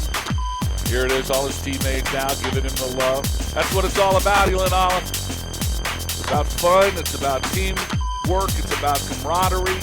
It's about making good grades in school. But most importantly, it's about making memories you never forget. Here's Evan Symes from the United States Military Academy, wearing bib number 139. He'll be followed by Northern Michigan University's Andrew Truman. He's a junior from Rockport, Massachusetts. Skis at Sunday River, Maine, and plans on being an infantry officer. That is typically what you go to the military academy for if you want to be an infantry officer. That's where they come from. Then they get to go to Ranger School after they get done with their United States Military Academy service. They go down to Fort Benning, they go to basic training, and then it is off typically to Ranger School because if you want to command an infantry brigade or any of the infantry guys out in the field and be deployed with that group, you got to have those Ranger tabs on you. And that's a good run right there from Evan Symes. Good to see him here today, 52.37 for Symes. Andrew Truman now from Northern Michigan University. Here he comes. He'll be followed by Colgate's Cole Sasha. Check that, Cole Sachs. And across the line, Andrew Truman. Truman with a 46.88, 16th fastest. How about the job Eric Huntington has done with this Northern Michigan team? absolutely stunning. Build out drive towards the finish line. 8 gates to go for Cole Sachs from Colgate University. Wearing bib number 28. We're going to see if we can expand the timing streak just a little bit here. Meanwhile, Axel Strom Hansen from Castleton University. Wearing bib number 13. He's next to come. Outside of the middle section. Oh, that's so much better. I love it. I got my big letters back on my screen now. Cole Sachs. Here is Axel Strom Hansen from Castleton University. Wearing bib number 13. He's across the line in a 45.68. 10th fastest here in this one-run session. So a good run for Strom Hansen. He'll be followed by University of Maine at Farmington's Blake Lindelof. They brought a big team from Maine Farmington too, Lindelof. I saw them over there last night. They took home Boss Hog Pineapple Awards. Of course, coached by Andrew Willingham, business admin major freshman, so first national championship. So he's excited to hear it. Get this one going for University of Maine at Farmington. And asked what's next for him. He's pretty obvious here. Sophomore year next year is next for me. Yes. They keep it simple up there in Maine, Yeah, but they do. Imagine. Back to live action. It is Lake Lindelof from the University of Maine in Farmington. Whenever I hear a first name like Lake, think about our new cameraman Sean and how we asked him what that meant. He just looked us dead in the eye and just like, deep water. Deep water. Deep water, yeah. And our cameraman, one of our cameramen over at the snowboard venue today. You can check that out, by the way. Live coverage of the border cross, skier cross, and the slopestyle competition, all on the USCSA Broadcast Network. Meanwhile, we're taking a look here at the finish line to see if we can. Something happened to Lake Lindelof. I suspect Lindelof had to hike a little bit. By the time, or I might be on the wrong race here. I'm going to check the bib 128. That is Lake. University of Maine at Farmington 101.69. At least he passed. He just wanted to post a score here. Jacob Morris from St. Joseph's College of Maine. Boy, is Maine well represented in Alpine ski racing here this year. In bib number 80. Here he comes into the final 15 gates. Really good flat section, moving back really quickly. Coached by Margot Constantino, criminal justice. And across the line at 55.90. At St. Joseph College of Maine's Jacob Morris in bib number 80. Great to see the team here, a big team. Well-coached team. Clearly new energy injected into that St. Joseph's College of Maine ski team. Great to see him here at Nationals this year. Meanwhile, Cade McIntyre from the College of Idaho. He has skied off course. Nope, he hiked and is back in. So Cade McIntyre wearing bib number 18. Sophomore from Reno, Nevada. Loves to ski at Heavenly and of course would like to live in Lake Tahoe. Notice the gate judge right there next to him, checking all of the gates, well, in his section. Make sure everybody's clean. And that's the great thing about ski racing, too. A lot of these kids will just come and say, hey, I didn't make the gate. But no problem with these gates for Cade McIntyre. He's across the line at 111.68. That's good enough for 46th position. Evan Wetzel from Clarkson is next. He'll be followed by the Air Force Academy's Carl Westemeyer. Wild ride for Wetzel through that combination. He is laying it all out there. Might have missed the gate. His legs went wide. It looked like he came around. He might try to hike that. But man, what a wild first section for Evan Wetzel. I think he's done though. Folks, that's what it looks like when you get in the back seat. You hear us refer to being in the back seat. There's one thing you can't do when you're in the back seat of a pair of skis, and that's steer them. There's no driving from the back seat in alpine ski racing. Maybe that's why we like it so much. There's no back seat driving. It's just you and it's just you. That's it. Just I'm you. going to get in trouble for that one, I know. I know. She's going to tell me. I'm going to walk in the door this afternoon. She's going to go, what was that comment about? We talk a lot about the backseat and how you don't want to get in it. But one thing we don't talk a lot about is how easy it is to do. It's not like what they're doing up there is easy to begin with, but it's very easy to kind of get in a position that doesn't give you an advantageous positioning in order to get around the gates. It's very counterintuitive to drive your body down a hill because most of the time you want to back up away from it. But it's a very easy thing to do. It's a very easy and very common error to make, especially while ski racing and pushing it to the limit like what we saw from everything. I usually don't admit to many things, imperfections at least, but I am a backseat driver. I might be the worst. I might be the worst. My wife will tell you that I'm just a nervous wreck. If I'm not driving the car, when she's driving the car, first of all, I won't even sit in the back seat. I'll only sit in the front seat. I can't take a nap. I can't go to sleep. I'm constantly, correcting. I'm not comfortable. I'm totally anxious. Finally, to the point where I just say pull over, I have to drive. But you don't have control of the situation. Just the car. It's just the car thing. I don't normally admit that, but I will today. It was like, oh my word! I think he made the gate. I think he made the gate. I think he's still in the race. We're going to take a look. That was the final gate. He's going to cross. That is Carl Westemeyer, ladies and gentlemen, from the Air Force Academy. Top and 40 he's time. 49-22. Yes, that's a finished score, and I think he made the gate. Yeah, he looked like he did on the camera there. Yeah, in fact, he did. So Carl Westemeyer in totally a wild ride, top to bottom wild ride right there from the Air Force Academy. And that's what he's going to learn how to do. He's going to fly jets, so he's used to having wild rides. Well, and he ended it with a bang bang. That's so good. Next up, Adam Gardner. Here comes Gardner. Got double barrel. Double barrel, yeah. Penn State's Charlie Smith right behind you. They're moving quick here. As Adam Gardner, he'll cross from UConn in a 105.33. Right behind him here from Penn State University is Charlie Smith. Bib number 65, 3 gates to go for Smith. He has a really good run going here. He'll grab the line with 51.88, 38 fastest. Lafayette College's Jack Blackmar, he is on course. Followed by Max Zosek from the Claremont Colleges. Of course, Blackmar coming to us from back east where they will be having that great national championship next year at White Base.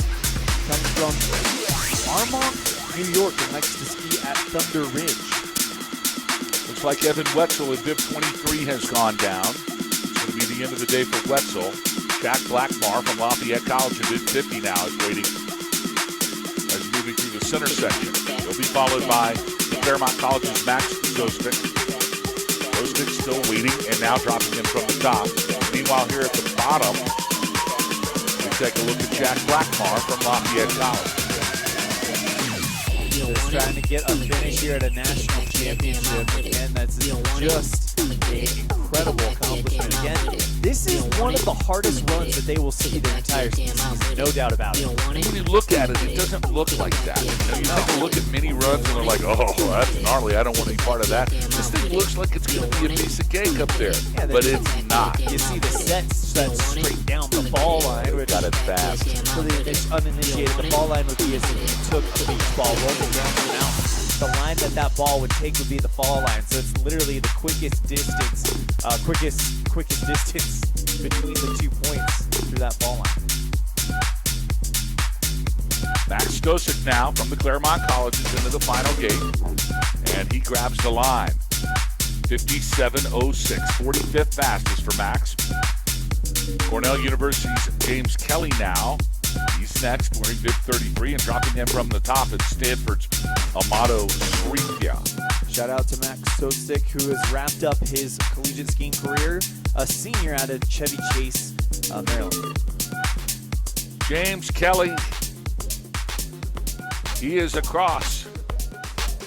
That's bib number 33 from Cornell University. We'll get a time momentarily.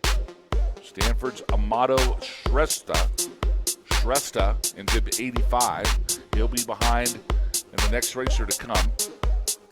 Gabriel Tanas, also from University of California at Davis. He stands high atop this Fascination run in the start shack. Hope you're enjoying our coverage of this 2023 USCSA National Championship. Boss Ogden and Elon Olive on the call. It's all brought to you by Icon. Over 50 destinations worldwide now. Icon Pass. Boss Ogden and Elon Olive on the call with you. Resta again coming to us from Stanford. Looks like he just dropped in, so this is actually James Kelly from Cornell. Actually, looks like our time screen might have frozen a little bit, boss. I believe this is Chestra, bib 111. Yep, bib 111 now, of course. That's Gabriel Tanas from the University of California in Davis. And we're just having a little bit of timing here. We're going to fix that up. There we go. Now we all caught up again.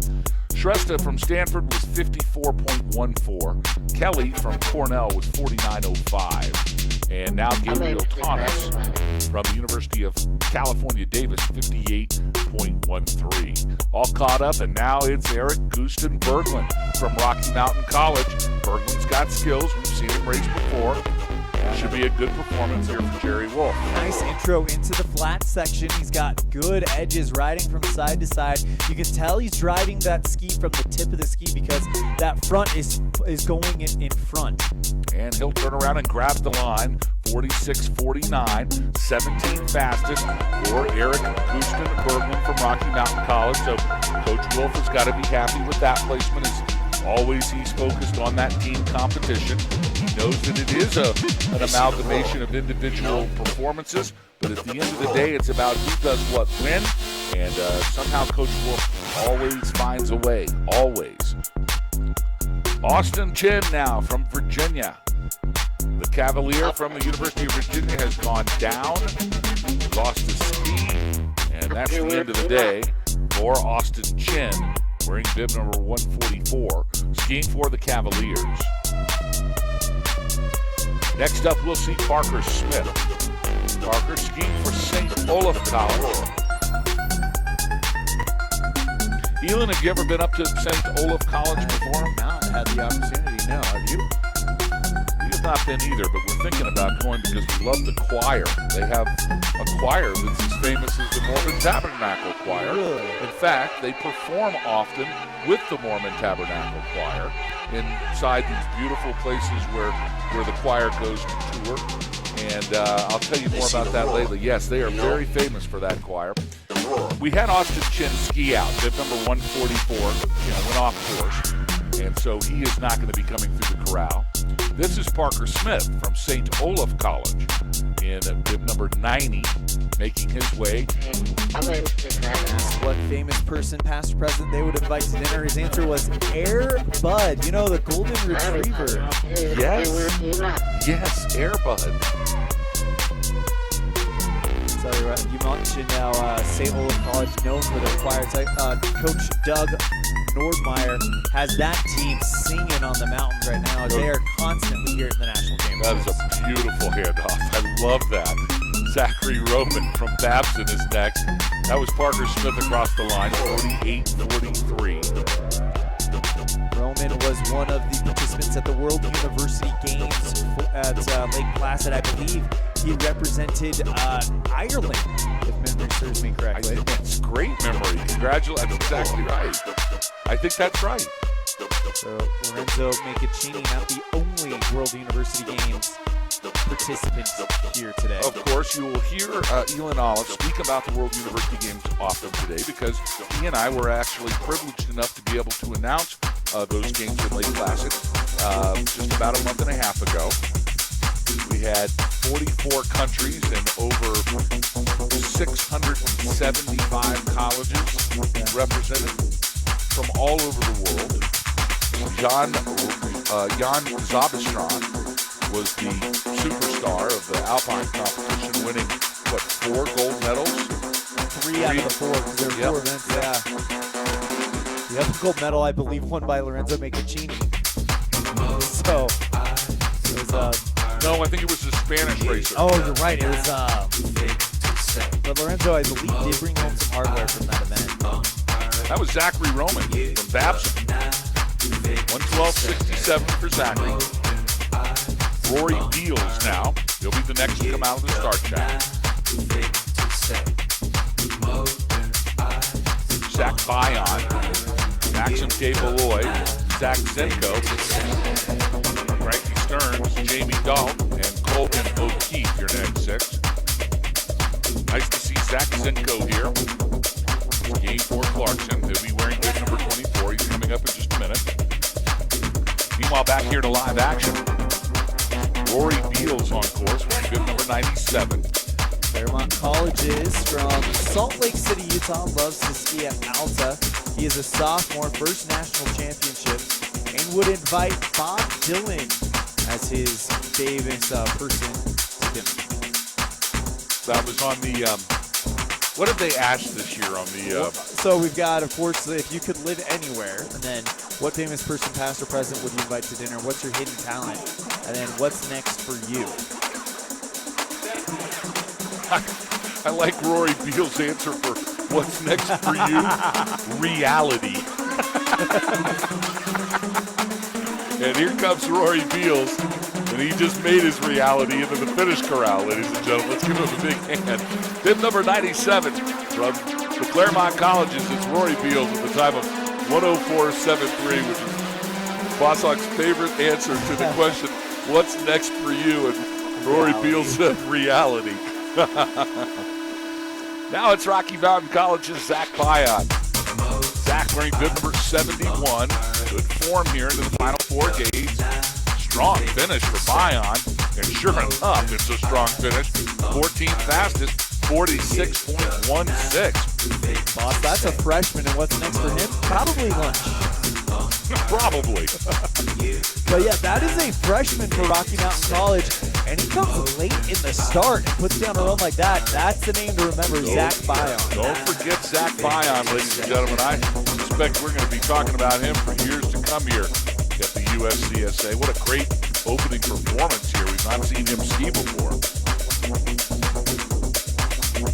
Here is Maxime DeBeloy de Saint-Léonard.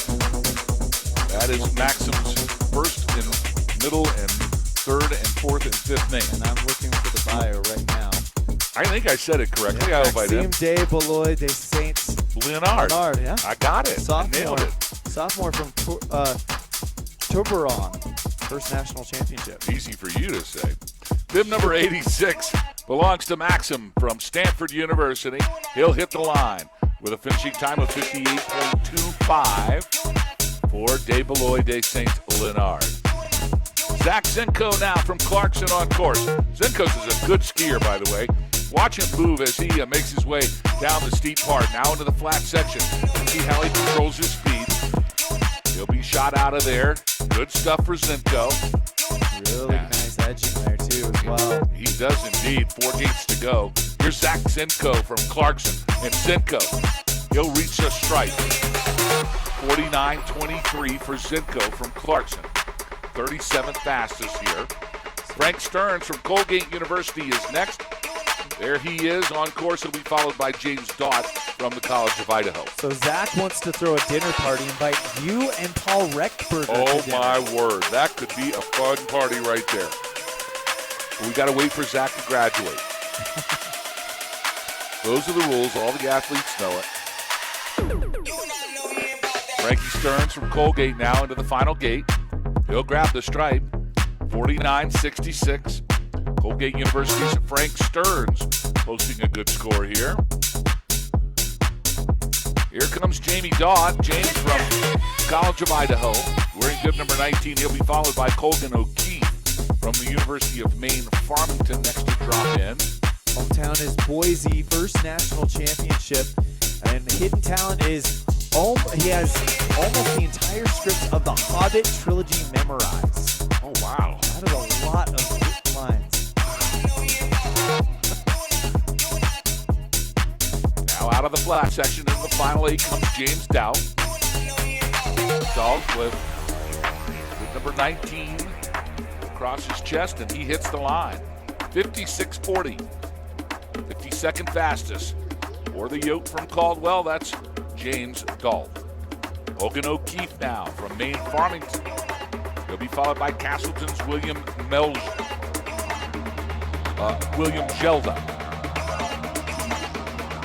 Hogan O'Keefe coming to us from Westchester, New York. Skis at West Point Ski Slope, his first national championship. And what's next for him? Big mountain and backcountry pow skiing. Well, he's probably going to get plenty of that here. Hogan O'Keefe across 57.36 from the University of Maine at Farmington.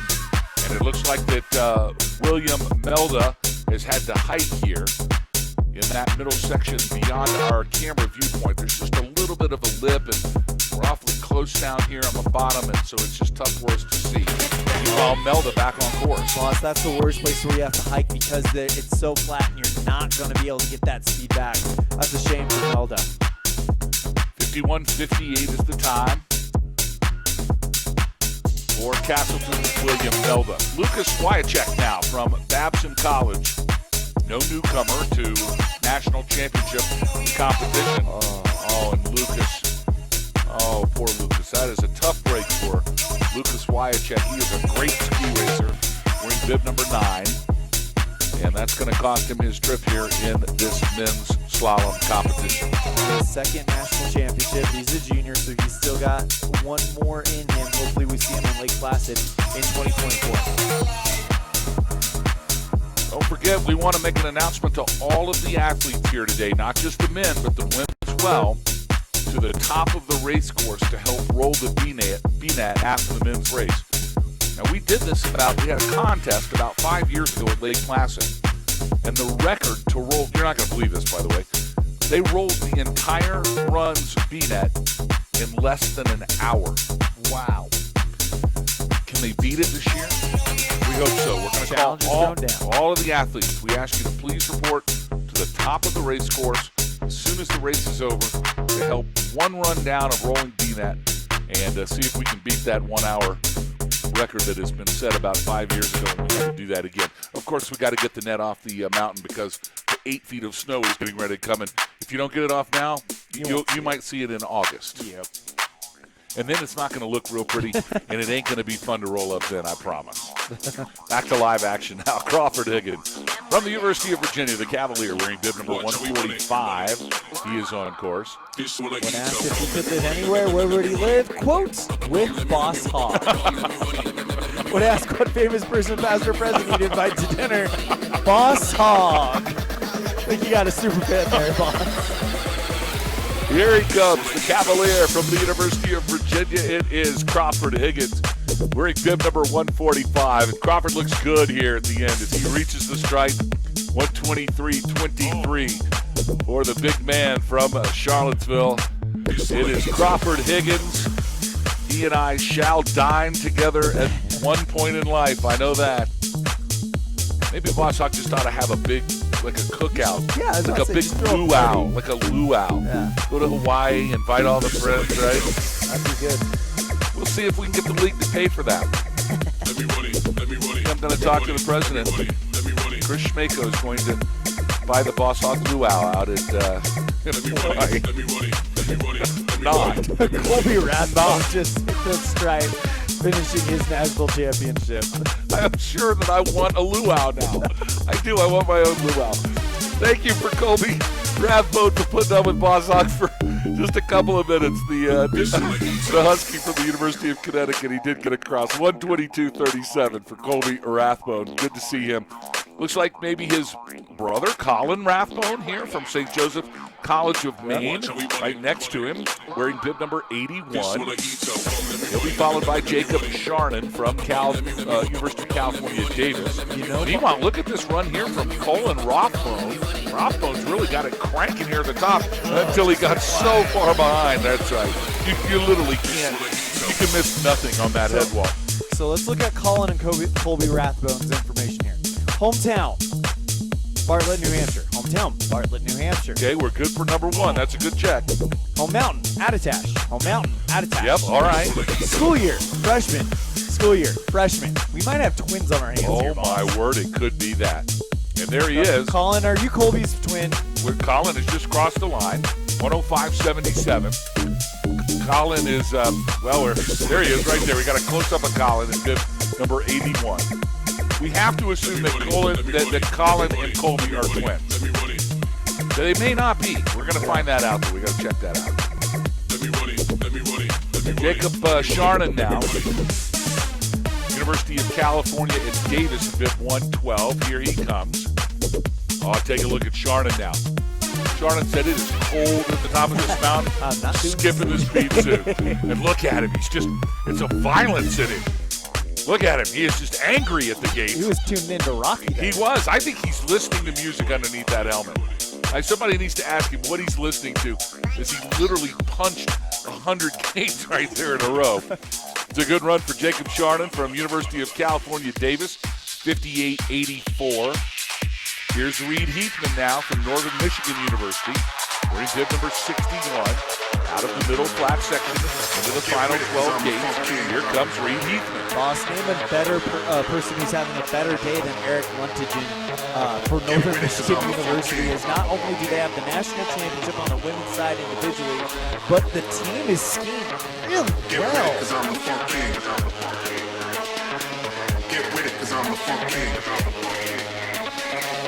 As Heathman comes in with a time of 49.20 on course right now. Talon Clark from the United States Military Academy coming down that first head wall. And right now it looks like Talon's number one mission, number one objective here is to get to the finish line as he's coming around those gates, getting ready to hit that flat section where we will temporarily lose sight of him. But he's doing a good job keeping it all together, trying to keep everything going in the right direction. And Talon Clark from the United States Military Academy will finish this national championship run.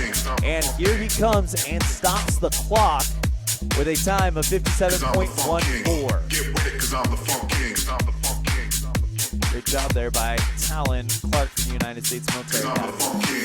On course now, we have Gabe Lassard from St. Olaf's College.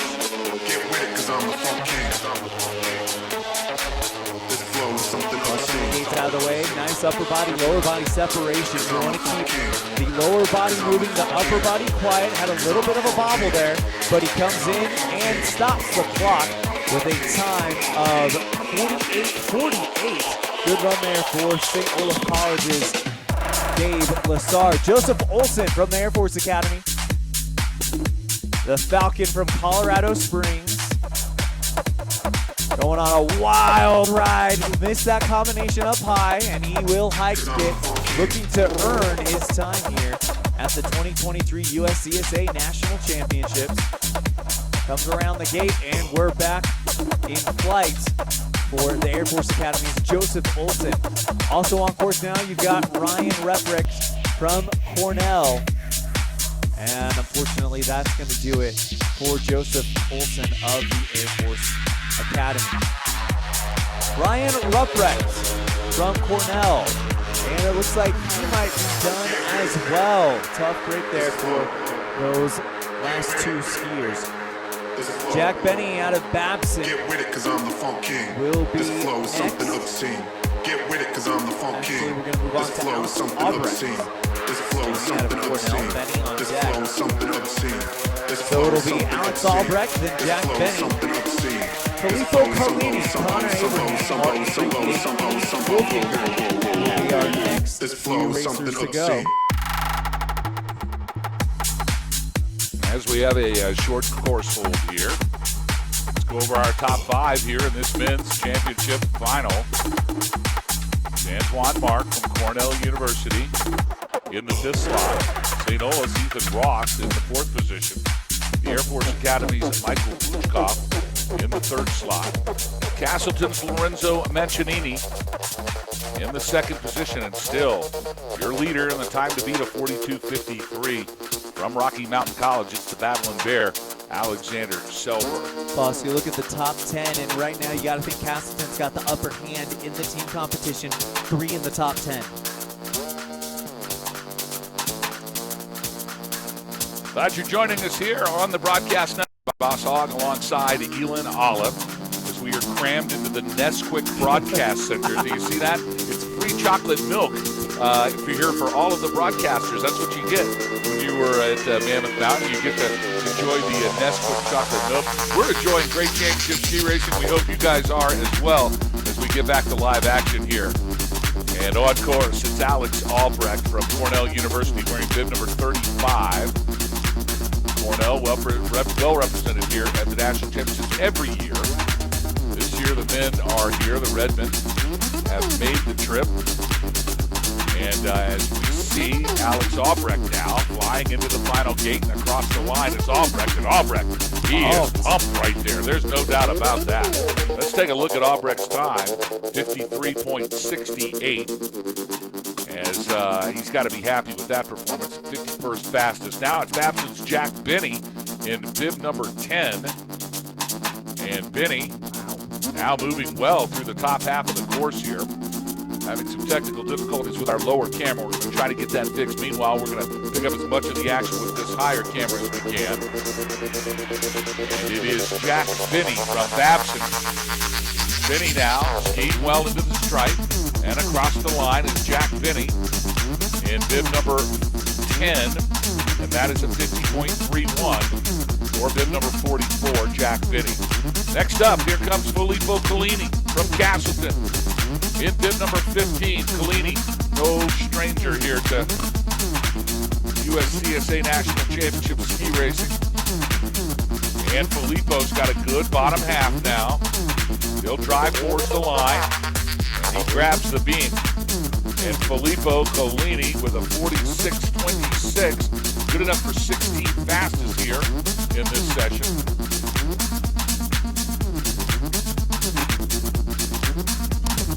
Take some time to take a look at our course workers. What an incredible village it takes to put on one of these ski races, Elon Olive. You see how many people are set up and down the hill. And those are not judges. Those are workers that are keeping the sticks in, keeping everything scraped off, trying to give a fair and balanced field of play for all of the athletes. And I mean, when you have this many of them, we've got 165 starts here for the men. It really does take a village to keep this thing right. And those are not paid. Those are volunteers. Those are people up here giving their time to make sure that this race can go on. So we thank them. Without them, quite frankly, we don't have a race. Glad you're with us here on the USCSA Broadcast Network. We are back to now live action. Take a look at Connor Abraham from Northern Michigan University. He's probably had the strawberries too. And he looks like he's going to hike for that one. Did he make the gate? Looks like the judge gave him the okay. So he is back in business, Connor Abraham. You know, when you see something like you saw earlier this morning, just a wild ride for Connor here. He is hanging on with toenails right now. When you see something like you see here this morning, though, and Reagan Ollie from Northern Michigan picking up the first national championship, you know that's got to inspire the rest of the team, girls and guys, where they look at it and say, well, I can do it too. You know, anybody can do it. I can do it. Great run for Connor Abraham. Northern Michigan University's Connor Abraham, 53.81. So please excuse our camera work here, but we're wanting to show you as much as we can. And you can see that we've just got this lower camera. He's doing his best. Tim Devlin down there. Thank you much, my man. We'll get back into action here. No changes at the top, though. Selberg still leading this thing. Reed Martin from Clarkson University now wearing bib number 25 on course. He'll be followed by Aiden Wolfinger from St. Joseph's College of Maine. And a good run here on the top half for Reed Martin. Martin, the freshman. You know, we have Paul Rexberger, the coach of Clarkson, coming into the broadcast booth right before. He talked about how this is going to be a boys team to keep an eye on in the future. They're really young, and in the next couple of years, they're going to challenge for some national championships of their own. And gates to go now for Reed Martin. Martin, the good run here. And Martin's going to hit the line with a 50.27. Good enough for 45th fastest.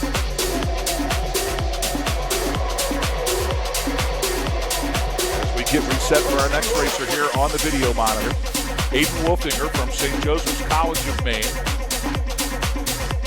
Bedford, New Hampshire looks to see a Pat's Peak second national championship.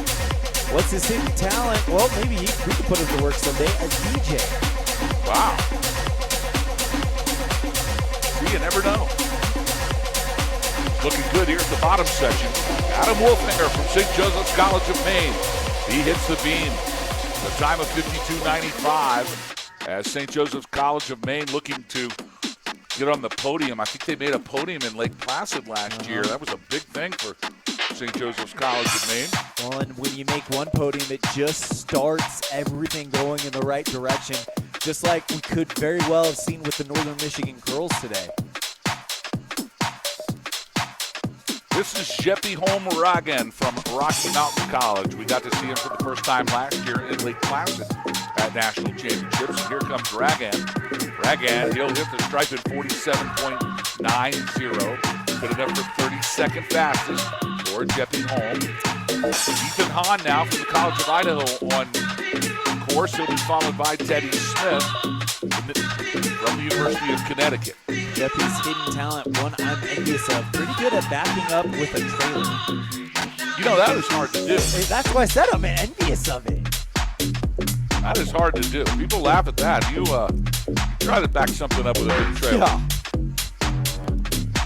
Here he comes, Ethan Hahn, the Yote from Caldwell, wearing bib number 20 in the College of Idaho. He'll be followed by Teddy Smith, who is different than Teddy Sunshine. We'll talk about that in just a second. Meanwhile, across the stripe, it is Ethan Hahn from the College of Idaho, 100.02 for Hahn. Let's take a look at Teddy Smith here from the University of Connecticut, wearing bib number 118. Teddy skiing well through the center section now, dropping into the final 8 gates. Here comes Teddy Smith, the Husky, and across the line with a 52.71, good enough for 55th fastest. Trent Adler is next from Cal Davis, and Colgate's Nicholas Scott awaits his run high atop this Fascination Trail. Trent comes to us from Woodland Hills, California. Home mountain is Mammoth Mountain. This is his second national championship. Illinois, it looks like the weather and the wind have held off for us, at least so far today. We keep our fingers crossed. Flat, light conditions for sure, but that doesn't usually bother the racers. They have goggle lenses that accommodate for that. Meanwhile, Trent Adler from Cal Davis has no problems as he navigates his way into the finish corral. 106.37 for Trent Adler.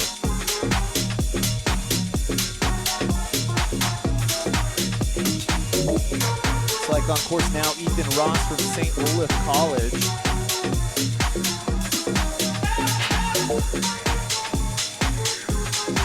Coming through the flat section.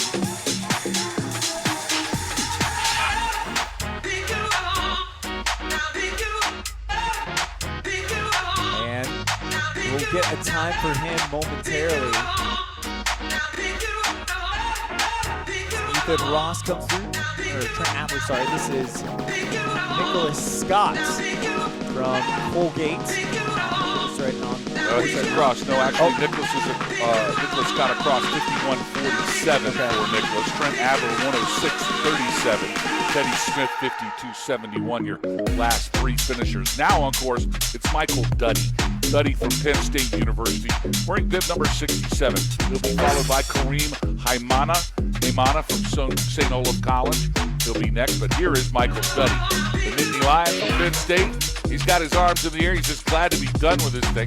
He knows he's got 2 big days of POW skiing coming up. That's what they're all happy about. Well, they're happy that they have finished their race, and now they're going to go skiing in the deepest snow they've ever seen in their lives. And before that, they probably POW skied for a day and a half. You know they some did. Training in there, so they're they're pretty worked, I would say. They've had a great time here at Mammoth. Kareem Haimana from St. Olaf College across the stripe, 50.26.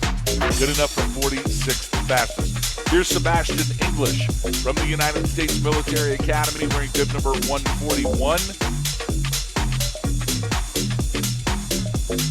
He's Kind of hides there now in the little dip, but back into our view comes Sebastian English.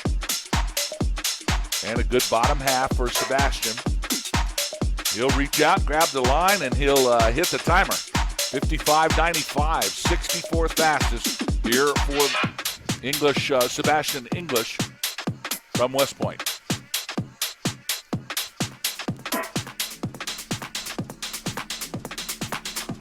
Let's see who's next. It's Lance Dolan from the University of Maine and Farmington. That is a lot of University of Maine and Farmington athletes. I told you, they brought a big team here. They all qualified to get here. That's the other thing. Exactly right. Glad you're with us here at Mammoth Mountain, because we just take a brief course hold here.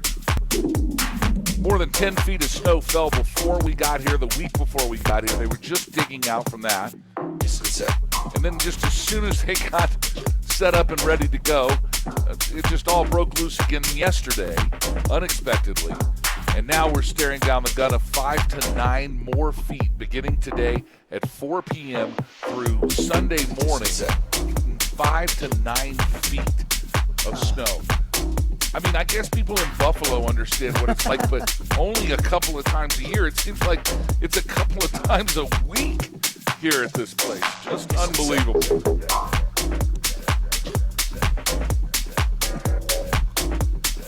Lance Dolan from the University of Maine Farmington now. His hidden skill might come in handy on this course. Hidden talent, national level mogul skier. Well, he has hit the line with a time of 52.20, 54th fastest here. Now we're taking a look at Parthiv Krishna.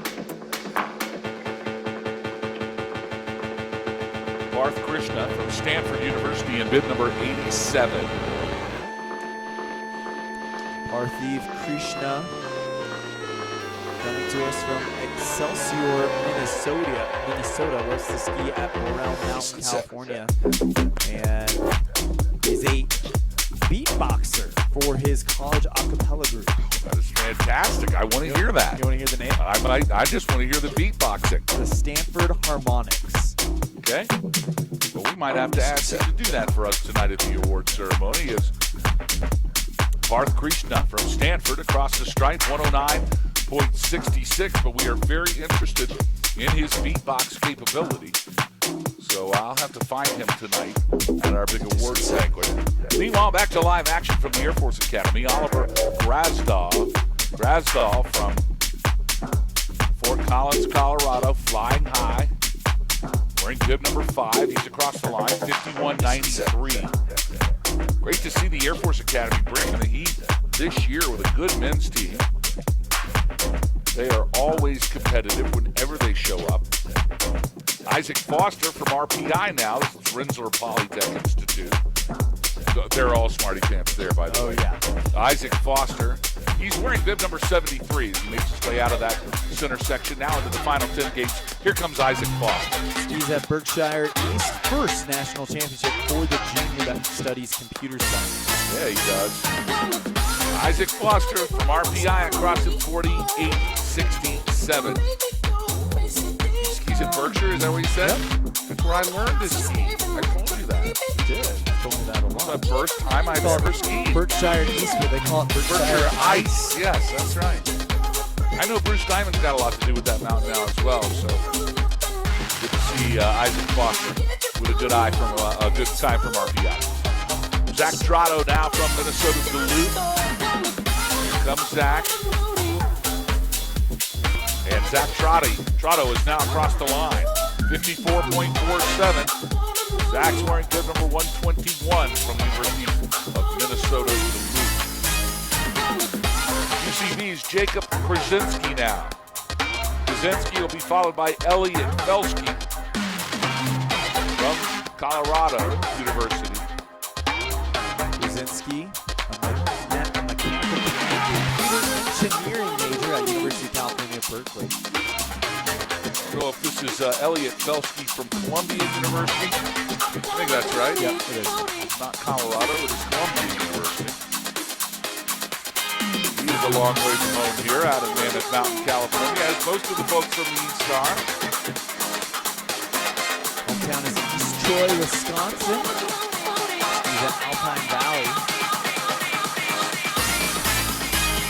Would love to catch dinner with Johannes Gensfleisch-Zerladen-Zoom Gutenberg to discuss the origins and mechanisms of the Gutenberg printing press.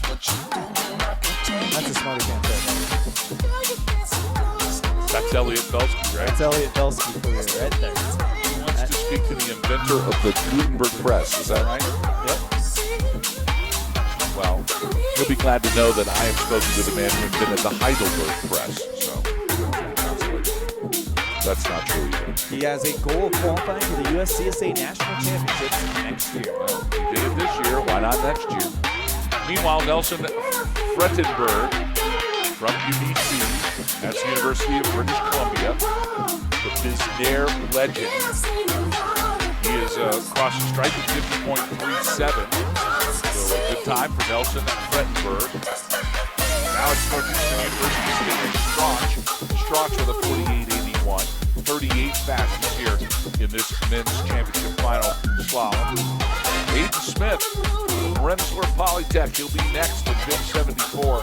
Here he comes down the headline. His first national championship. Home Mountain is the home of the 2024 USCSA National Championships. Whiteface and hometown, Lake Placid. So he's looking to qualify next year and be right in his own backyard. Strauch was crossing 48.81. RPI's Aiden Smith now. Take a look at Aiden as he makes it. Oh, and boy, 5 gates from the bottom. What a tough break for Aiden. Let's hope he's okay. I think the only thing that may be hurt on Aiden's body right now is his feelings. 5 gates from the bottom. What a tough break for Rensselaer Polytech's Aiden Smith in bid number 74. Now from British Columbia, it's John Forsander. Forsander, bring good number 100. He comes to us from North Vancouver. He's at Mount Seymour. What's his hidden talent? I'm wicked good at the game Among Us. Have you ever played that? I have not played that. I don't know that one. That's a good one. It's a pretty good one. It's kind of like a mafia type, who's the killer type game. I like that. I might like that. I played one like that, except it's a haunted house or something like that that you go through. That's like that. You have to figure it out. We may have to do that game this weekend when we're locked in a hotel room for 2 days in Interlaunch. John Forsander from UBC across 53.12. Adam Fromer now from Columbia University wearing bib number 42. He is on course, making his way down the head wall now. As you can see, things are starting to run up just a little bit here. An amazing job by this grooming crew and the Mammoth Mountain operations team. But also by these guys that go by every run and shovel some snow around and try to make it smooth and clean for all racers. Again, we talk about it. It takes a village, and it has certainly taken one this year and this week here at Mammoth Mountain. Across the line, it's Adam Fromer. That's Columbia University's finest with a 53.79. Good enough for 67th fastest. Now we'll see Johan Holton from Northeastern University. He'll be followed by the University of California, Berkeley's Jeremy Hughes. University of Minnesota Duluth, Patrick Levin. He awaits his run high atop this Fascination Trail. Meanwhile, here's Johan Holtonman across the line at 51.57. Jeremy Hughes is next to come. University of California, Berkeley's Jeremy Hughes. We're in number 106. Check that, 105. Comes to us from Glen, Winchester, Massachusetts. A senior, likes to ski at Sunday River. That seems to be one of the most popular places in the area. It's his first national championship. What famous person, past or present, they would invite to dinner? That would be Shane Hunt. That's a good one. I like that. Jeremy Hughes. He hits the stripe in 55.53. As we clean things up just one more time here, we'll go over your top 5 in the 5th slot. It is still Antoine Martin from Cornell, Ethan Ross from St. Olaf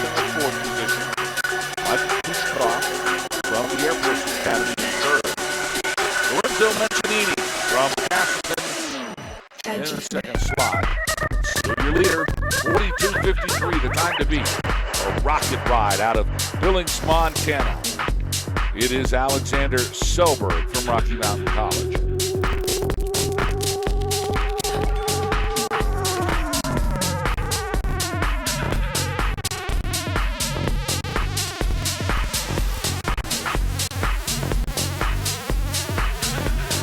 Ewan, you gotta say, it was a beautiful place up here, high top these high Sierra Mountains, isn't it? It absolutely is. I was just actually looking at the mountains outside of our window, thinking about how the weather has miraculously held off throughout this entire race. It is a huge undertaking for the organizers of the event to run over 130 racers in the women, and we're going to be running 163 in the men. Just a great job by everyone involved, and thankfully Mother Nature finally gave us a chance to do some racing. Back to live action now. Oh, and just as we got back to live action, Patrick Levins had to ski out. That's a tough break when you see it goes to the blue. Patrick wearing good number 122. That's going to be the end of the day for Patrick Levins. Next up, it's Marco Smitron.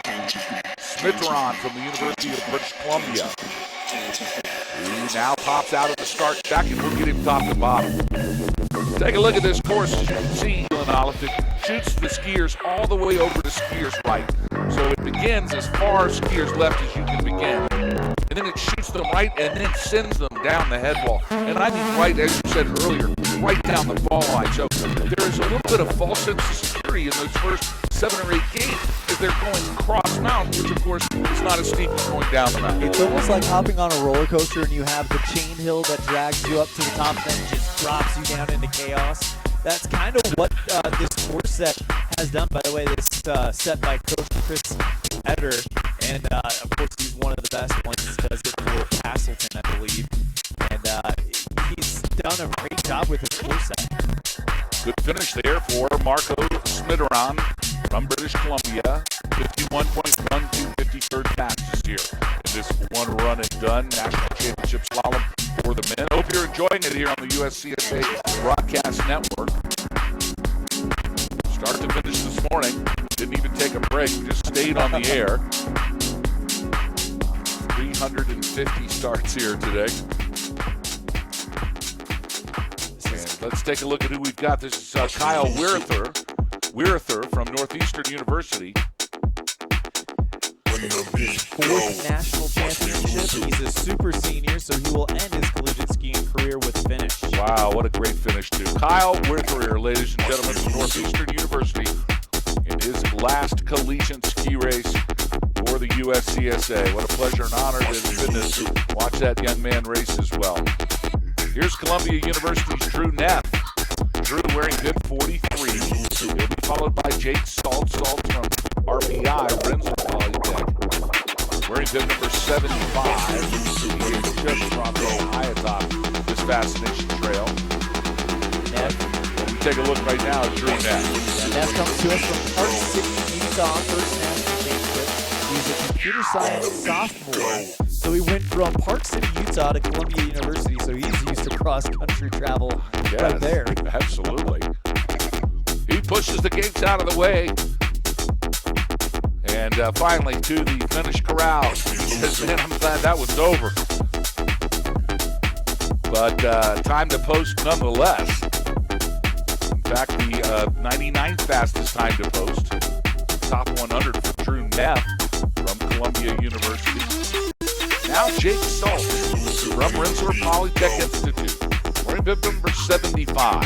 He'll hit the line with a time of 57.79. Good enough for 83rd fastest. Boss, you can probably answer a question for Jake here. When asked what famous person, past or present, he'd invite to dinner, River Radamus. He seems like a really chill and humble guy. River Radamus is exactly that. I've known River for a long time.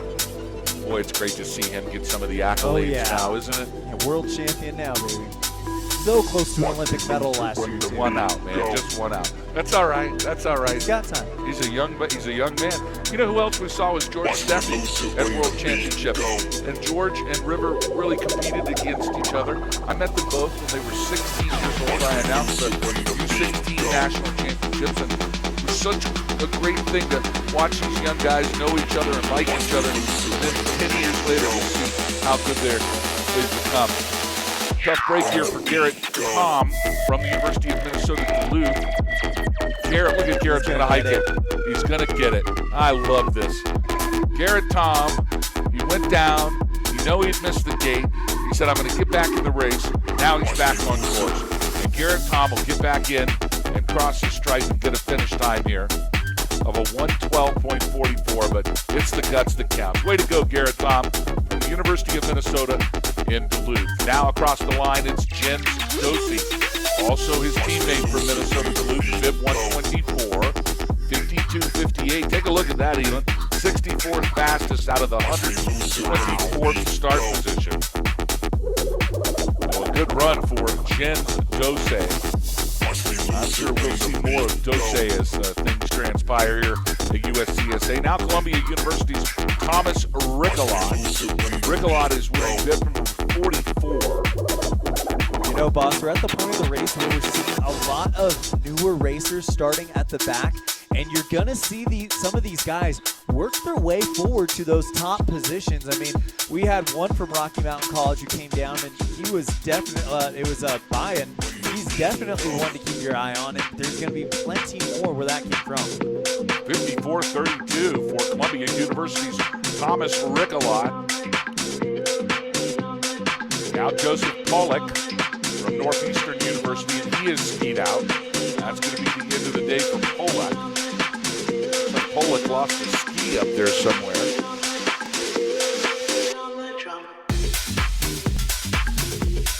Kai Diet now coming up next from RPI. That's Rensselaer Polytech Institute. They've just gone ahead beyond Smarty Pants into straight up AI. Like it's straight up artificial intelligence. I was going to ask. They just plug in. That sounds like one of those schools that's very difficult to get into. Yeah, it's a tough one. You know, hats off to all these athletes, though. I don't care what college you're in. If you were able to manage a college workload and the books and the academics, you got to get grades or you can't qualify to ski race.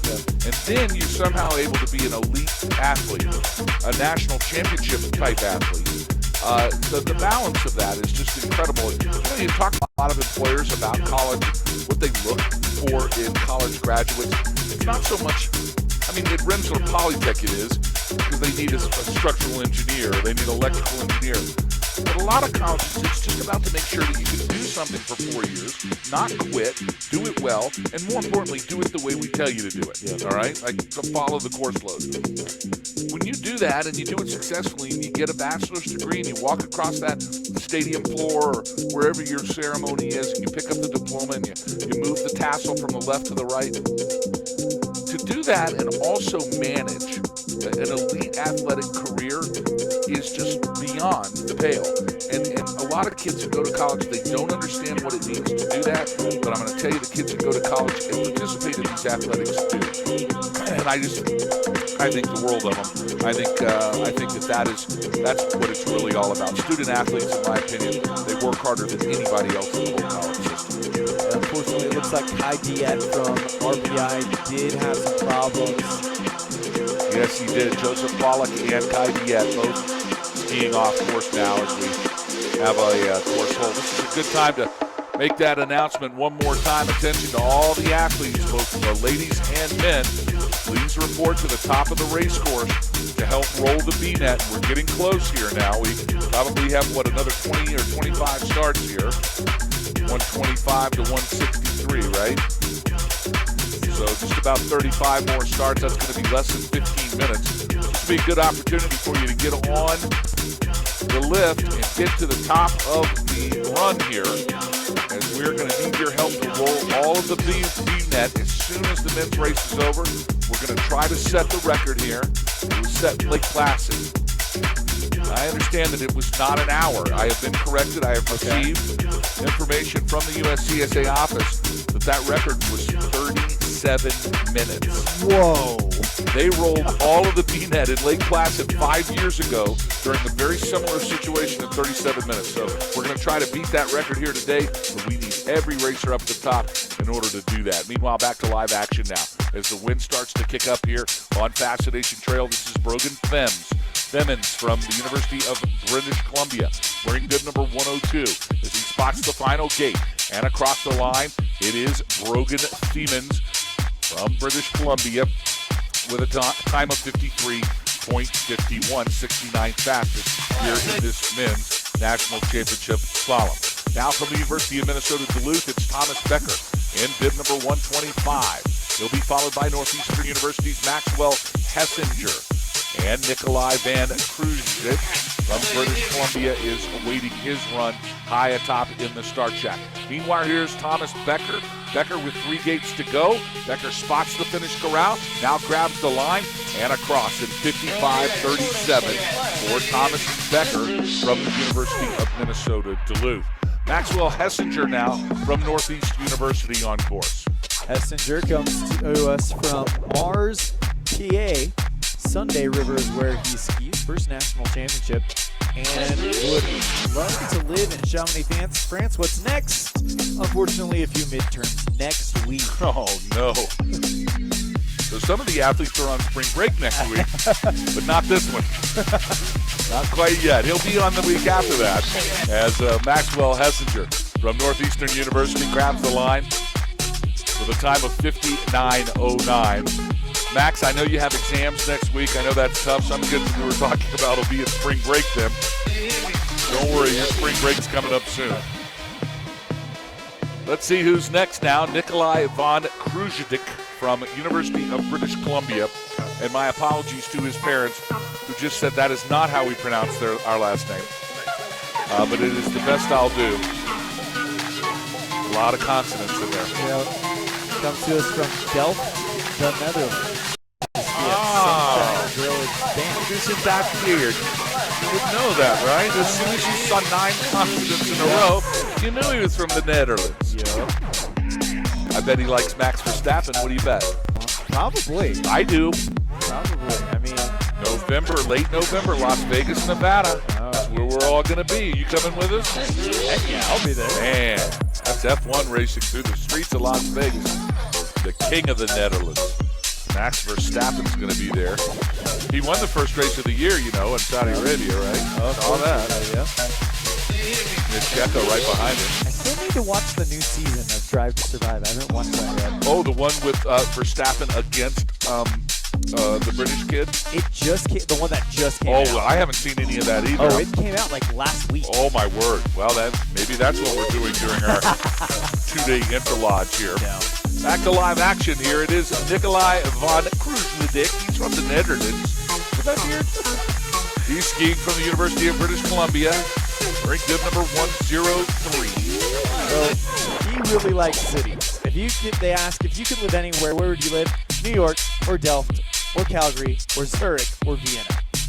He's going to have a house at all of them. You know he's probably been to all of them too, right? Yeah, University of British Columbia. He's going to have a house at all of them. Probably. He's a good skier, that's for sure. Oh, yeah. He makes his way through the final stripe and across the line. 58.58. 92nd fastest for Nikolai for the University of British Columbia. Here's Nick Freem from RPI, Rensselaer Polytech, wearing bib number 77. Freem had to slow right down there to hit the gate. He did not want to miss it. I would love to invite Marco Odermont to dinner. Probably the most dominant skier on the men's circuit right now. Kills it giving him a run for his money in speed ones. When I first got started with USCSA, there was a skier for British Columbia named Mike Bisnair. And he was a great skier, and I think his sisters and many of the family members skied for UBC. Meanwhile, here at the finish line, it's Nick Freem from RPI, 58.98. But we used to tease all of the UBC skiers would take little dolls of Mike Bisnair and put them in their ski suits and would ride with Mike Bisnair, the power and the spirit of Mike Bisnair. So I spoke to somebody the other day from UBC, and I said, hey, have you ever heard about Mike Bisnair? They didn't know who Mike Bisnair was. Oh, no, what's happening? No, I'm just saying, I'm just gasping because they didn't know. They didn't know. They didn't know. I don't know what happened. It's the end of a. It's the end of The world as we know it, yes. Julio Maria Bianco from Columbia University now across the line. 59-61 for Bianco, wearing bib number 45. Victor De Kaiser from CSU. I'm going to tell you that might be Colorado State University. We're going to check, though. Wearing bib number 36 now on course. We can see him as he makes his way across the stripe. De Kaiser with a 50.18. That is 47th fastest. How about that? 47th fastest, top 50 time out of the 35th start position. And Bosch, you're right. He's a Ram and he's a freshman, so this is the start word. for him. He's going to be one to keep an eye on. Victor De Kaiser from Colorado State University. That's up in is that in Fort That's Collins? in Fort Right. Collins. It's in Yeah, Fort Air Collins. Force That's Academy right. is actually in Colorado Springs. That's right. I've been saying that wrong. Have I been saying that wrong the whole day? I have been, haven't I? I got them mixed up. It happens. I know it does. Even Boss Hog makes mistakes. Let's see who's next. Alfonso Amoris from Minnesota Twin Cities. He's going to be your next racer coming down. He'll be followed by Ryan Maurer, William Robertson, Caleb Denny, and Samantha Lindell. Looks like we have some extra racers here. You know, Rondano told us we were going to have a few extra racers that did not make the ladies' cut, and they wanted to give them an opportunity to run. So we're going to run some extra racers here at the end of this men's competition. And Rondano told me about this. So our final racer for the men's competition is going to be Caleb Denny. We'll tell you more about that in just a second. Is Alfonso Amoris from Minnesota Twin Cities. He is making his way down the mountain right now. Here is Amoris. Boss, if you look at the start sheet, the last 5 are all University of Minnesota Twin Cities. Yep. So this is their whole team right now. And we thought Alexander Selberg coming in here was going to be the man to beat. And sure enough, he definitely put down the gauntlet early. He came out start gate number 6, I believe, and just waited throughout this entire race. Alfonso Amoris from Minnesota Twin Cities. He is now making his way into the final gate and across the line. And a good run here for Amoris. 53.86. Now Ryan Maurer, also from Minnesota Twin Cities. Thomas Hagan is the coach for that club, so putting them all together, trying to see what they can do as a team. You know, all it takes is one great day for the team competition to completely change the way things are done with your team. Because when you come back with the picture of you on the podium, with you holding the trophy, and you show that around school, other people are going to wonder, hey, what's this all about, and how can I be a part of it?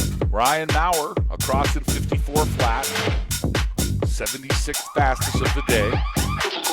We'll still see Willem Robertson and Caleb Denny. Caleb will be our last contestant here in this men's competition, although we are still going to open the course and keep the race available. I think these are late registrants, and we wanted to give them an opportunity to race. This is the last opportunity we're going to have to race in some time here, and so we're going to go ahead and run them right now, but it will not affect our competition that is just about to end here. As Caleb Denny, our final racer from the University of Minnesota Twin Cities, here for the men's division. And this men's national championship slalom is making his way down into the course right now. What a day it has been, ladies and gentlemen, here. And just an incredible day for Alexander Selberg from Rocky Mountain College. We knew Selberg was one to watch. We knew that Selberg had the skill set. He knows how to do this. He's shown us all that before at national championships. Meanwhile, here Caleb Denny has crossed over. And that's going to do it, ladies and gentlemen, for our men's competition here. The men's slalom 2023 USCSA National Championship is in the bag, and it all belongs to the Battling Bear from Billings, Montana. Rocky Mountain College's Alexander Selberg is going to win the men's national championship slalom here at Mammoth Mountain. I'll tell you what, Coach Jerry Wolf has got to be elated over this whole thing, And Selberg is going to take home the big prize tonight when we hand out the hardware. How good does it feel to be Alexander Selberg right now? There's no better feeling on earth than getting that national championship today. And it is a huge win for Selberg. He was one of those guys. I remember last year we were talking, you know what? He's a guy to keep your eye on. And sure enough, he lived up to the hype today. Let's go over your top 10 here as some of these final last-minute racers come down. Finishing in the 10th spot from Castleton, it's Axel Strom-Hansen. In the 9th position, Colgate's Richard Casey. In 8th, Castleton's Elliot Peretta. In 7th, it's Ryan Beardsley from Babson College. In 6th, Northern Michigan University's Aaron Grislak. Rounding out your top 5 here for this 2023 men's slalom edition. In 5th, Antoine Mark from Cornell University. In 4th, it's Ethan Ross from St. Olaf. Michael Kupchov from the Air Force Academy is in the 3rd slot. Castleton's Lorenzo Mentanini in the 2nd position. But the day belongs to the Battle in Bear. With a time of 42.53, we knew it when we saw it, Elin Olive. From Rocky Mountain College, your 2023 USCSA Men's Slalom National Champion, it's Alexander Selberg. We'll hand out the hardware later on tonight in the awards banquet here at Mammoth Mountain, and what a day it has been for ski racing. It all started off early this morning as we ran the ladies down, and sure enough, out of nowhere, Northern Michigan University's Reagan Ollie, she was able to put it all together in the run of her life, and she's going to take home the gold in the national championship for the women. And following up here this afternoon from Rocky Mountain College, it's Alexander Selberg. Elin Olive, what a day of ski racing we've had here. What a week of weather we've had here. But what a year of fun we've had at the USCSA, don't you think? Absolutely. I mean, you go through the Western regionals, the Eastern regionals, all the regional results, and you see schools that came so close to making it for the first time. NAU, Northern Arizona University, was there. You had Washington State almost getting back here. Of course, Kai Yamamoto from 2018 winning the ski cross really lit that whole program on fire. I cannot wait to see what 2024 has to offer. 2023 has been great. 2024, I think, is going to be even better. Well, I certainly agree with that. And more importantly, what's going to get better is the number of schools, the number of racers, and the number of kids that are going to be involved in the USCSA. We have seen the largest jump in our rosters that we've ever seen, really out of our expectation level. This year, 600-plus athletes here at this national championships. Will we be in Lake Placid next year and see 700 kids be able to come and be a part of what we think is the funnest week of our lives each year? It could happen to where we see 1,000 in a couple of years. I mean, you never know what's going to happen with this league. I mean, you're also seeing a lot of teams that are dominant in other disciplines make the jump to Alpine. I mean, this is the first time we've seen Oregon in Alpine in how long? I mean, I feel like it's only a matter of time before Wyoming has an Alpine team. Only a matter of time before you see maybe Lee's Gray University, who is dominating, well, not dominating, but has really showed up on the snowboard circuit, come and bring an Alpine team. It's only a matter of time till all of these teams come and join the other disciplines. It's going to be a lot of fun to see what happens. Boy, it has been a great day here. We're glad you've joined us on the USCSA Broadcast Network. 2 big runs of slalom championship racing here. Don't forget, you can check out the border cross that's happening right now at the snowboard venue on the Snowboard Channel. And also, we'll be bringing you some coverage of the slopestyle also on the Extra Channel as well. So we have a whole full day of fun championship racing for you here from Mammoth Mountain. That's going to do it from the Broadcast and Timing Center here at the bottom of the Fascination Trail. And boy, I'd like to thank all of the people. Let's take one last look at this beautiful mountain and this beautiful place they call Mammoth Mountain here, the home of the 2023 USC.